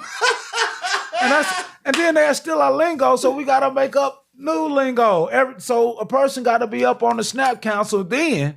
Like they say, when we talking long distance or talking over the wire, people don't get strung up. You know what I'm saying? So then we can have a straight conversation, but we know the lingo, and there it is. Everything signed, sealed, delivered. You know what I'm saying? Man, that's why you got to stay in tune with the music, because that's staying in tune with the snap count. So when you're listening to the music and you get the lingo, because Cuz gonna give you the lingo, he gonna let you know. He gonna let you know what the souped up sofa is. You're moving like a snail at a slow pace, and we at a fast race. Yeah. You know what I'm saying? What are you talking about? You moving at a slow pace, and this is the fast race. Catch up like mustard. Type stuff, man. They be talking that shit. Yeah. And then we had sign language and code, like you say, Tecma. You know what I'm saying? Yeah. That was something that was, you had to know. If you know, you know. You know what I'm saying? Y'all started that shit? Yeah, that came right from 1004 on the couch, man. It didn't, man. No, it didn't, man. Because we was playing. Who else was? Where else it come from? No, this that Kansas City shit right here. We was the first to do it. This is Kansas City shit. This that first to do it shit. So how'd it come about then? Break it down. Listen. What made it start? Our thing was Tecmo Bowl. We used to play Tecmo Bowl all the time, and we used to gamble on it and all of that shit. So when guys would play, like, man, bet I score. And it started off from that. You know what I'm saying? From just playing Tecmo Bowl. Then we started getting shoulders. Man, if you wrong about it, we're going to get that shoulder in 5 slaps. We didn't bet push-ups and shit. We bet shoulders. You're like, and if you was wrong, you're like, oh, Tecmo, you was wrong. Let me get my shoulder. And now, therefore, you had, instead of saying facts, you didn't have to say facts. You just better be matter of fact of what you talking about. Because if somebody come back and you wrong, it's a Tecma. In other words, a technicality. You know what I'm saying? That's what it was. It was a technicality. You default on a technicality. But we call it Tecma. Crazy. We was playing that shit way out south, Tecma. Man, I'm telling you, the lingo the whole city played that. The lingo spreads. You know what I'm saying? Now, let me get that. And then, you know what I'm saying?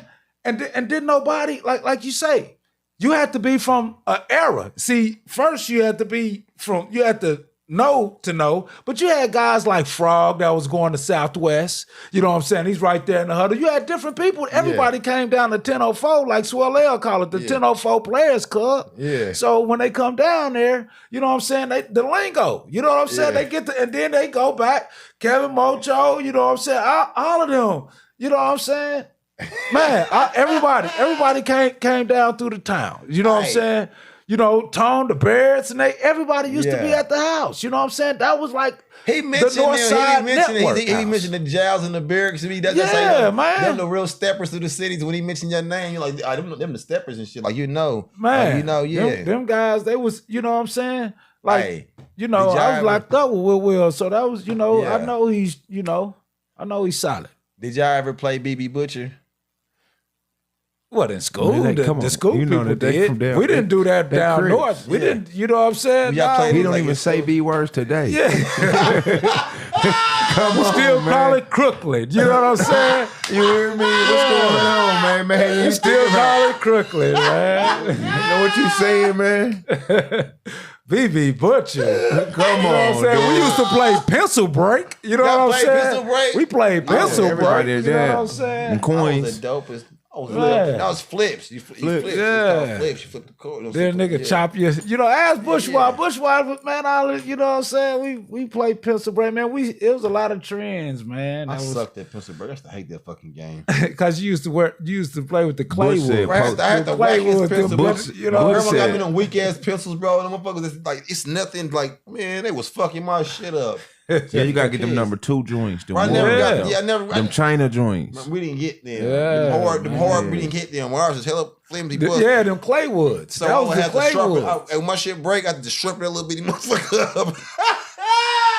The smooth writing pencils, man. That was a piece of shit. You know the ones when the convention come for the school when you get them round ones? Yeah. Them round ones though, you know what I'm talking about? I never got to get them. How come you didn't? We get them from the convention, man. Man, y'all went to school with money at the fair. Hey man, let me talk about my past. My kids go to the school with the fairs now. They got money at the book buckets of them, man. They would give them out, man. Well, I wasn't there on that day. Goddamn it, I wasn't suspended. This is for everybody that's indigent. He was on the ISS list. Yeah, I was not list. They didn't let me get the free shit. That's fucked. No, they didn't let me get the free shit. That was a big. Don't even let them get the free. So y'all didn't go to Exchange City or nothing. You know they shut that down. Exchange City, bro. Hey, you know what? Oh my god, they closed down Exchange City. Remember Adventure Woods right behind there? You never went there? Vincent Woods? Adventure Woods. It was behind Exchange City. Adventure Woods? Yeah, I think I remember. There, yeah. But you know, that's what we need to do, man. We need one of them. We need to create our own Exchange City and then bring the kids, and then bring the kids to there out of the school and teach them economics and stuff. You know what I'm saying? That's how that was, though. Man, that's how, man. So you heard it first right here, because you know how the city is. They'll steal your idea and they'll run with it. And won't even call you. That's the nerve of them. They won't even say, man, I got this idea from this guy here, man. I'm gonna bring them to the table. That's the nerve of them. You know, the nerve of some people, man. Yeah, don't just take my ideal and run up the street with it. Yeah, man. And the nerve of you. You're not gonna put my name. You're not even gonna call me and say, "Look at bro." The nerve of you. Man, the nerve of some people. Everything original comes generic. You sure right, man. You know that's what we gotta do, man. We got Major Factor Records in here. You can't compare. Man, they can't compare it, man. Hey, well, how did y'all come up with them names though? For like, what is that? What was man, that? That's cuz, man. Richie always on some big shit, man. And the whale was the biggest mammal. So he's like, man, this shit is well orchestrated. He's like, man, ain't nothing bigger than this on this face. You know what I'm saying? Bitch! And this is another thing, man. Cuz is a real spiritual dude, man. Like, you know what I'm saying? If you sit and you talk to him, man, you know what I'm saying, without talking about the Bible. He won't even talk about the Bible, but he's just going to say some, oh, man, God. It's real, you know what I'm saying? The dude is real spiritual. But the thing, and when you look at it, on the fifth never day, heard him say too much of anything. God created great whales. You know what I'm saying? It says that in the book, in the Bible. You know what I'm saying? Shit. In Genesis first chapter. You know what I'm saying? God created great whales. In other versions, they call them sea monsters and all of that. But yeah, man, cuz he real spiritual, man. And so that's crazy dope to me. That was dope as fuck. I didn't even know that. Yeah, man. And then, you know, he say like Jesus in sandals, man, with his apostles. And you know what I'm saying? He'll drop one every now and again. Yeah. But you know what I'm saying? He is kind of like Jesus walking around here, ain't he? With his apostles. You dressed up like like an apostle over there. Look at it. He's like a modern day apostle. I like that. Apostles, how did y'all come up with MFR? Man, the Major Factor, man, that's cuz came up with that. You know, what's the name had JT at the time, he had Get Low. And if you notice, the Get Low was like a spinoff. It was like a West Coast Boogie Down Productions. You know what I'm saying? Like a West Coast BDP. He was getting all dope people together. You know, and so exactly. And so when JT figured, the bigger figure had his Get Low, the Click had they sick with it, you know, cuz was like, man, I'm a major factor. You know what I'm saying? I'm a major factor. And he had the cash register with the receipt rolling out, busting out. And so it was kind of, like I say, man, it kind of hurt my feelings when I seen E40 come with a Major Factor FedEx about my mail. I was like, man, you stealing, man. You know what I'm saying? And the only reason why I say you stealing because you ain't give up props. You didn't say, man, like, not once did you shout out, cuz. You didn't shout out Rich the Factor, man, like that. You know what I'm saying? You know, but. Oh, my Lord. But we all, you know. Hey, what's your favorite song from Rich? Oh man, I like Ben Ankroll, but it's this one that he did, man, that is so hard to find. It was on the mixtape. Man, he got what kind of, he got about 1,000, he got 10,000 songs. I know. It is so hard. What's your best memory, Rich, song? Okay. That's what we want to know. Like when you hear Ben Ain't Grow from that Getting the Grip. Yeah. Funk Season, Baller's Lick. You know, that Getting the Grip is just something personal for me. You know what I'm saying? But then he had that Pole Position 2. You know, that song that him and Slicks did. You know what I'm saying? Him and Slicks, and I think Rappin' Twine was on there. You know, but Shout out Rappin' Twine, man. Yeah, but man, Rich got, man, my most memorable one, man. It's that one. It's a mixtape. It go da da da da da da, and it got that Jamaican chick in there singing the chorus. Damn, it's off the Black Border Brothers. Because he stopped naming. No, exactly. Because Cuz stopped naming his songs. You're not my people. Exactly. You're not my peoples. He stopped naming. He stopped naming his songs, man. He just started putting them out there, man. But you know what I'm saying? Yeah, I remember that. That was my shit. Yeah, that's one of my most memorable ones. You know what I'm saying? What you mean? Why you say memorable? What made it so memorable? Because that's what really got me back. Because I was on the yard listening to it, man. That's when you got man. I was like, man, this shit. And then I did a year in the hole, man. I was like, man, this motherfucker, man. He on his shit. Man, I was like, this shit is hard as a motherfucker, man. And that's when Bullies with Fullies came out. That's when Rich first started doing the mixtape. That's when the mixtape era first happened. That's Rich's first mixtape era. Yep. Yeah, I remember that. The Ghetto Russell. You know what I'm saying? That was after that, the Jump Off. See, the Jump Off was the ones I was like, that was the first one I was like. That's the same one he had my nigga from Pine Bluff on there. What's that nigga name? It had Twin City Productions. They call me Looney Pepperoni because I keep the pepper on me. Yeah. It's the same Playboy Shane. Playboy Shane was on there. Yeah. Shout out Playboy Shane, man. That's one of my most memorable tracks. That one right there. Yeah. They call me Looney Pepperoni because I keep the pepper on me. Yeah.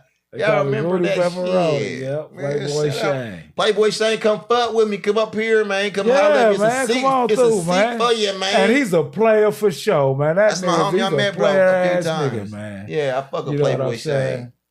Yeah, man. Yeah, I like Playboy. Man, Boy Biggs done jumped on here, man. Shout out Boy Biggs on this, man. Shout out to Boy Big, man. Yeah, man. They done popped in here. The major factors is in the building, man. Yeah. I can never do that voice right. You know what's to do that voice? Like everybody in my generation. Yeah. I'm 82 kid. So all of us that listen to Rich, everybody had their own impersonation of Rich. But I swear to God, bro, you will go anywhere throughout this city, man. Everybody tried it. Even white people try it. I swear to God, bro. I'm about to have people because he's hella cool, man. The coolest nigga ever. Hella cool, man. He don't never lose his cool. He's out, you know. You never seen Rick fumble nothing ever, bro. I niggas be chilling. You never seen him do. Yeah, you didn't get to see him talk for real. Hey, I keep my lips sealed like the good fellas.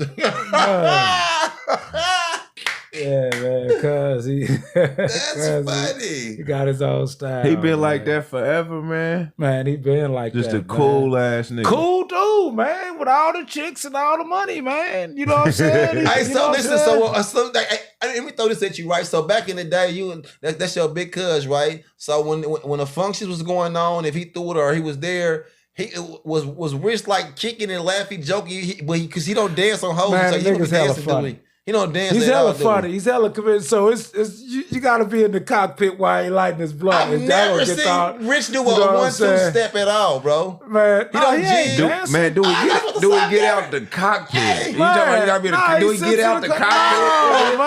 That nigga don't get out the cockpit. He get out the car and go straight to the stage. And if it's a couch or a chair or something, but he stays in the souped up sofa, man. That is super the souped up sofa, man. That's what he do, man. Shit, that's his thing. That's a real Godfather shit, bro. The nigga record, sit down, bro. All right, Stro. All right, let man chill. Let it cook. Hey, go give us your Rich impression, bro. We all do it. Let's get your Rich impression. He probably can do it better. Everybody got one. You probably got the best one. Mitchell, what up, Mitch? You know what I'm saying? And then I ain't gonna cry about it. Shit. You know what I'm saying? We ain't nothing. God did it, man. God did it, man. I did like this blunt. I ain't never. God did it. Yeah. I ain't gonna cry about it. Yeah, I ain't gonna cry about it. I'm not Mary J. Blige, nigga. I'm not gonna say one That's my tear. new saying. Yeah, me too. Fucking say I'm about to leave it. Nah, I ain't gonna cry. I'm about to cry about it. Like Mary J. Blige. Whatever's going on, man. Hey, man, it's on fire. They just took it in the house. I ain't gonna cry about it. It was God's plan. Yeah, man. Like Drake. Yeah, man. I'm fuck with the big homie. That is super funny. What's your best memory with Rich? Your fact one where you just funny. Man, we done had some funny episodes, man. It's always we always laughing. Whenever we get, man, it's funny, man. It's I've never funny. seen him. I've never seen this. I didn't even think he laughed. I thought he was always serious counting money. Man. And when he laugh, he don't laugh. You can't, because he laughs so hard that it don't come out. And he'll make a noise when he laughs. Nah, he don't laugh like that. He don't make a noise. Everybody, I'll be laughing like that or some shit. It ain't nothing but laughs, man. We all, you know what I'm saying? That is hilarious. Man, niggas getting roasted, man. You do it's frustration capital, man. You do some sucker stuff, man. You pull up, man, on some sucker shit, man. Oh my God. Rich got jokes. Can he flame? Can he roast? And the thing is, it ain't behind your back. It ain't behind your back. You know what I'm saying? And he's talking to you, lighting his blunt, telling you about yourself, and it's, you know what I'm saying? That is the most embarrassing thing to get roasted by Rich. Man. Are you looking like Jesus sandals, man? What are those, man? I'm telling you, what man. are those? Get them back, man. Them look like the old throwback, man. Tell them get them now. Man, I'm telling you, man. Man, that's funny, bro. I would love to see the Rich funniest roast somebody. shit, man. That's all we do is laugh, man. We just laugh, man. I would pay big bucks to see Rich flame somebody. I'm not lying. Like, hold on, cause I haven't heard all your music. I want to hear some more. Oh man, all you gotta do is be around when the sucker pull up, man. I'm telling you. And it's always, you know what I'm saying? I'm looking for the lollipop. Get him, Rich. Man, I'm telling you, Now. And then from that session, y'all gonna have the new slang. Cause only y'all two is gonna know it. You know what I'm saying? And whatever it come from, that's where it comes. Well, I get the popping that shit. You know what I'm lose saying? That mind. I get the new exclusive Rich slang on you niggas. I'm killing you niggas in the session. Cause it's the funniest, man. That is funny as man, fuck. He's That's silly, shit, man. Bro, I'm not lying. I'm fucking dying, bro. That's crazy. So, hey, so with the music though, since you came home, like you just do a little bit of it, or you just dibble and dabble in it? Man, I'm always recording. Okay. But I don't be releasing though, man. You know what I'm saying? Why not? So what you telling us? Man. You got a bunch of songs over there you ain't putting out? Yeah, I'm gonna put them out. I have to, man. You know what I'm saying? But because just like Rich tell me, he's like, shit, don't nobody hear him. Or ain't nobody gonna hear it. Ain't what you recording for?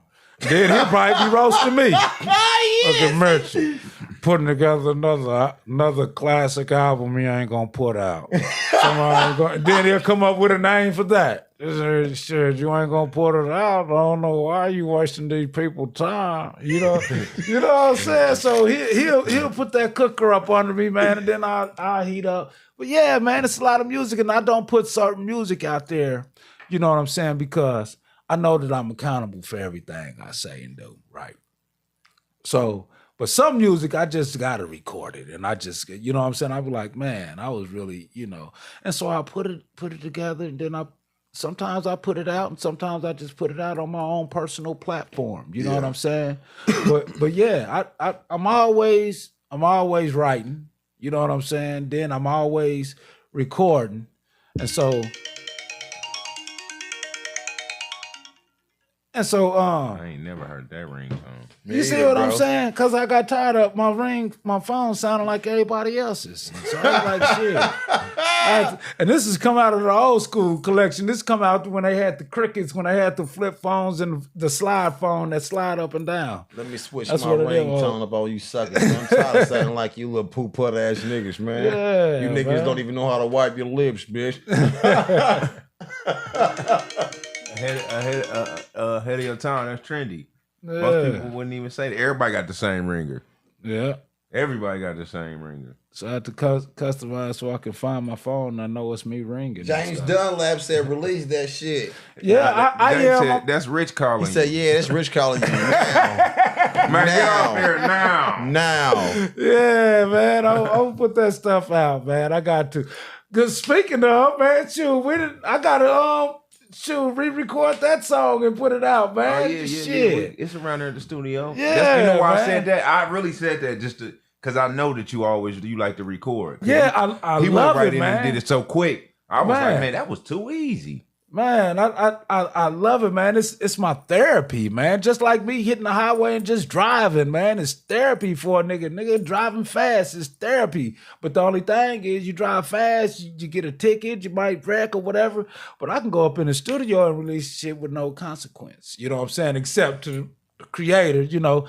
But I feel like you say, man, some stuff, man, people really do need to hear and they do need to understand, you know.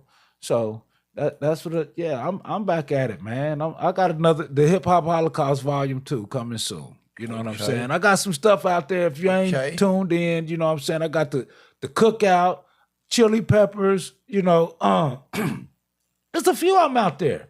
You know, and then I'm always I just, you know, cuz he'll surprise you too, and you got to be careful with cuz you go and record with cuz. You know what I'm saying? You got to make sure you get your first takes right. You know what I'm saying? First take Jake. You know what I'm saying? Because the thing is, if you leave that studio thinking you're going to come back and fix something up, you know what I'm saying? The shit is going to be already released. Before you leave the studio, the shit's getting released in 48 hours. He taking your verse off? You know what I'm saying? No. That's how fast he put music out. He don't take no verses off. So whatever I use. Okay, it's over with it. And the reason why I said that, because I went in there, I recorded the song with him and Shotty and P3 and them on that Gangsters with Attitudes album. You know what I'm saying? And Young Bossy. Not Casey Bossy, Young Bossy. Yeah, at the Ohio. You know, and man, I recorded that mug and I was like, man, I got to get up there. It's too late. It's too late. It's already out. I ain't like you. I ain't sitting on no music. You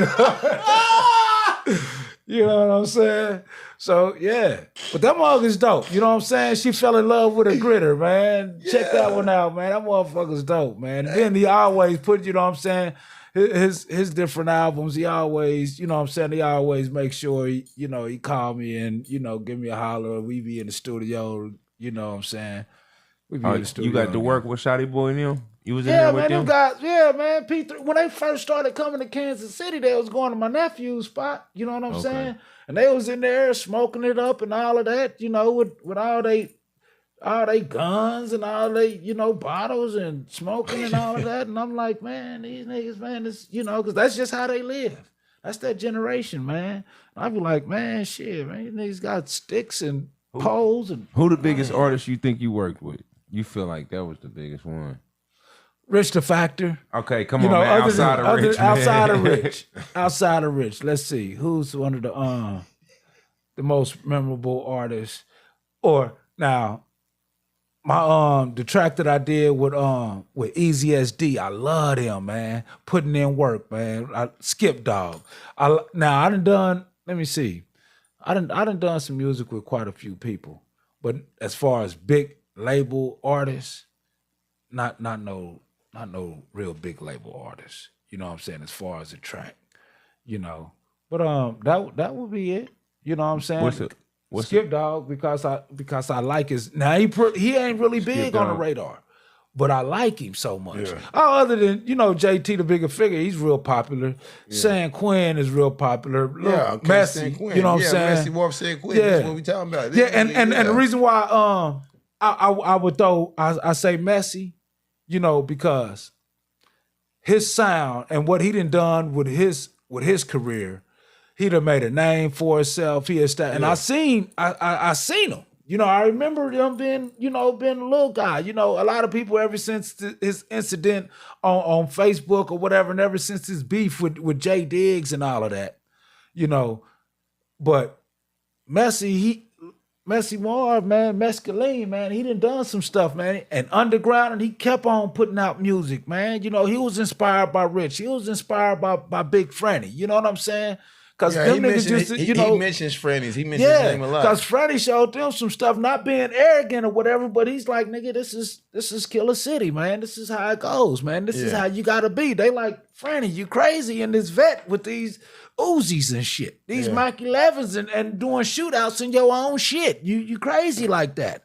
And he was doing stuff, and they was like, damn, this nigga, you know what I'm saying? He ain't gonna go and get an underbucket or nothing. And nigga you know what I'm saying? Hey, you know, Messi Moore said, "I'm gangster like Franny, nigga, scourging white wall." Man, white balls, man. Yeah. I'm telling you, them guys was really about that life. You know what I'm saying? And they, you know, and that's just, you know, that's just how it is. And a lot of people, they used to hearing stuff and they used to seeing stuff on TV, but they not used to guys doing that real live TV stuff. And I ain't just talking about sliding. I'm talking about real shit. I'm talking about taking strips out of the window in the visitor room, getting back and knocking the chick butt, you know what I'm saying? Banging the chick in the county jail and all of that. You know what I'm saying? Really that guy. You know what I'm saying? Yeah. And it's witnesses. You know what I'm saying? It's witnesses. I never had business like that. You know what I'm saying? Yes, man. That's one thing about Franny. I don't give a fuck where you put him. He gonna get some money. And he gonna have some bitches. I don't care where you put him. You can put him on the moon.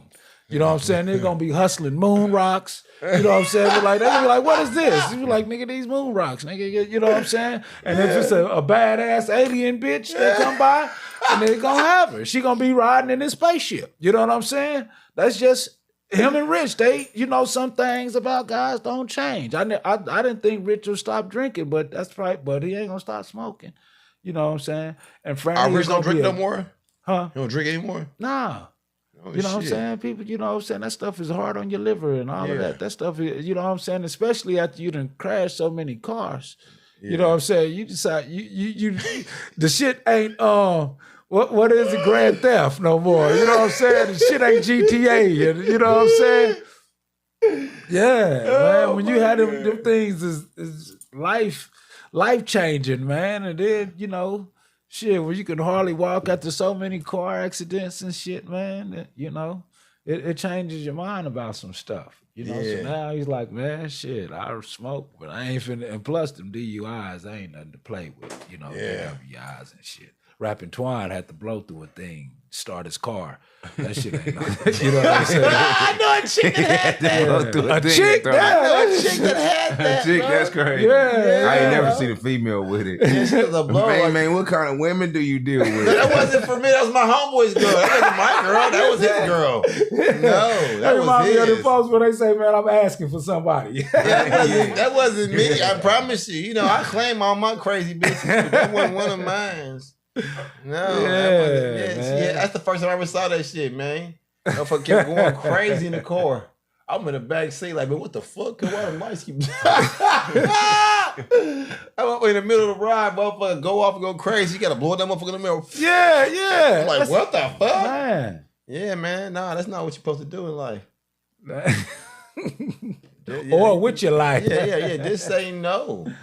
Yeah, right. Good job, Rich. I'm proud of you, brother, man. Yeah, man, because it ain't worth it, man. We need you out here dropping these classics, man. You know what I'm saying? And like I say, man, as the years progress, man, the more of a value that these shows have to them. You know what I'm saying? Because if you ain't never been to a Rich the Factor concert, you know what I'm saying? And then, you know, it's just one of them things when we do our reunion thing.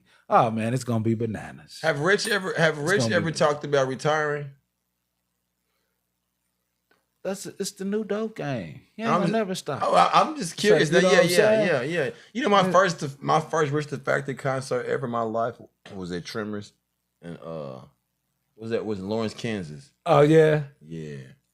That was like the crazy shit. Yeah. Rich, he was drunk and he forgot his words, but everybody else knew his song. Yeah. Yeah. It was like, yeah. I did that before. Yeah. It was and that shit is embarrassing. And I like to give a good show. We didn't care. We didn't even know. We didn't. Yeah, because like you say, we just wanted to see him. Oh, fuck. Yeah. Nigga, what he up here and then the shit, man, boy. Yeah, we didn't care. I was young too. I wasn't supposed to be in there. Yeah, I was too young. Fuck yeah, man. Yeah. What's the biggest show you ever did with Rich? Or you period? What's the biggest show you ever did? Oh, the biggest show that I did that you know what I'm saying, I would have to say that Sprint Center. I really enjoyed that. You know what I'm saying? Because the thing was, while they was building that motherfucker, I was in the county jail. I was watching it. I'm like, man, I'm gonna get out. I'm gonna rock that motherfucker. You know what I'm saying? That's crazy though. And so that was the show with who else was on the ticket? It was 2 Chainz, it was Tech Nine, and it was Lil Wayne. You know, and so we didn't have because that's another thing about Cuz he would not go in and go on until everybody was there. You know what I'm saying? Once everybody got there, you know what I'm saying? Then that's when he was like, but that was my biggest show, man. That was my biggest deal. That's dope as fuck. You know what I'm saying? That was dope as fuck. You meet them niggas and shit 2 Chainz and Lil Wayne, Lil ugly ass. I mean, yeah. Well, they stay and then at that time, man, we didn't care about that shit. Yeah, we was like, these niggas is weird. You know what I'm saying? I love kids saying niggas. We was like, man, I ain't like they said, I ain't doing no jeffing. You know what I'm saying? But you know what I'm saying? I listened to 2 Chainz. He got some hot shit. You know what I'm saying? We just don't care about meeting you. I listen. I get it. We're the same way. Like that's gotta be some Kansas City shit, bro. Because we do not walk up the street. Who cares? Young Dro came to a show, man. Didn't know he sat over in the corner with his, show the lean, you know what I'm saying? He did, Oh, my little bro, Slick Scotcha, well in peace. What he did that show with he brought Mano here, and that was when he was on the #1. And he also brought Shorty Low. So they went some big shows. You know what I'm saying? That's when he had the Motor Mansion over there. You know what I'm saying? Yeah. So they went some pretty big shows. And yeah, of course the Too Short bit, the one at Club Dallas, that was a pretty big show. I had so much fun. I got so lit up. You know what I'm saying? But yeah, man, it's that was probably, some of the biggest tickets, biggest playbills. That's what's up, man. What's up? But one of my favorite, you know what I'm saying? I like them intimate shows too. I did a birthday party.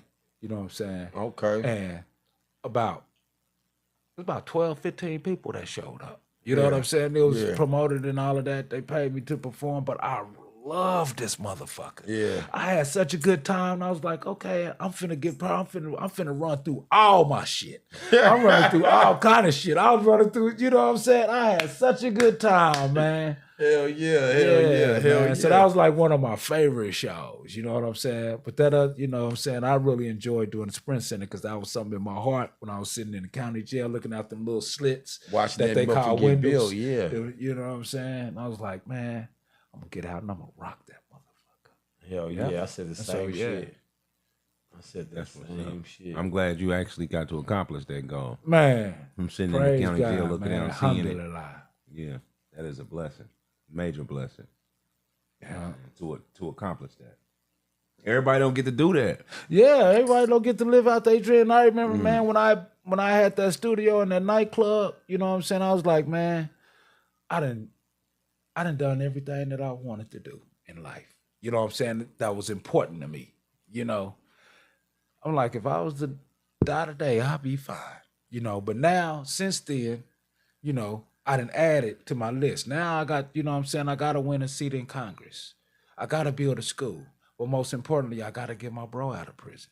Those 3 things, man, and you can just roll me on over, throw the dirt on me, however you want to do it. You know what I'm saying? But that's my goal as I breathe. You know what I'm saying? So that's why I look at my days. I value them different, and I strategize my life different. I strategize it according to those 3 goals. You know what I'm saying? And so everything I do is, in direction of that, figuring that part out. That's dope as fuck, man. Shit, we're going to wrap this up. You got any shout outs, you know what I'm saying, you want to give out? It's a long list, you know what I'm saying? And do your thing, bro. So this is the thing that I'm going to do. Shout out to Big Franny. Of course, Rich the Factor. You know, shout out. Well, I'm gonna shout out my son DoorDash. He's doing this thing, Lil Fee. Factor Junior FJ, Free Mello. You know, I want to step out and shout out some other guys. I gotta shout out Ron Ron. You know what I'm saying? Yeah, gotta shout out Cool Wayne. You know, shout out Boy Big. But and Tyree with Hater Free. Shout out to my man. And there's a whole lot more that I could be shouting out but I want to take these other minutes to remind y'all. You know what I'm saying? Check out that Hip Hop Holocaust. You know, and check out them tunes. You know what I'm saying? And not only that, go get registered to vote so y'all can vote for me in the next election. You know, and we still doing this KC Hip Hop Alliance. I ain't gave up on it. You know what I'm saying? I just got to get you guys money. I got to have the money for you guys because I plan on paying every artist. You know what I'm saying? And not just giving him no crumbs, just something that he can at least pay some bills with. You know what I'm saying? That's what's up, man. But that's my thing. Tell them and shout out to man. Shout out to E16 TV, man. I appreciate it. You know what I'm saying? Absolutely. Tell them where to find you on social media at. Felix Mitchell, the billionaire. You know, that's my social media on the different platforms and stuff. I gotta get in more tune with it. You know, Felix Mitchell, the billionaire Felix, on YouTube and stuff. You know, and I'm that's another thing. I'm developing my own website. Everybody always say my own. I'm developing a website with just my music and all the stuff that I have to offer. So you won't have to keep on going to these streaming platforms and all of that. So I'm creating something for my loyalists. You know what I'm saying? For my stakeholders. That's what I call my fan base, my stakeholders. Damn so right. I want to have a platform for them where y'all can come and y'all can get my books, y'all can get all my information, y'all can get all the shows and stuff.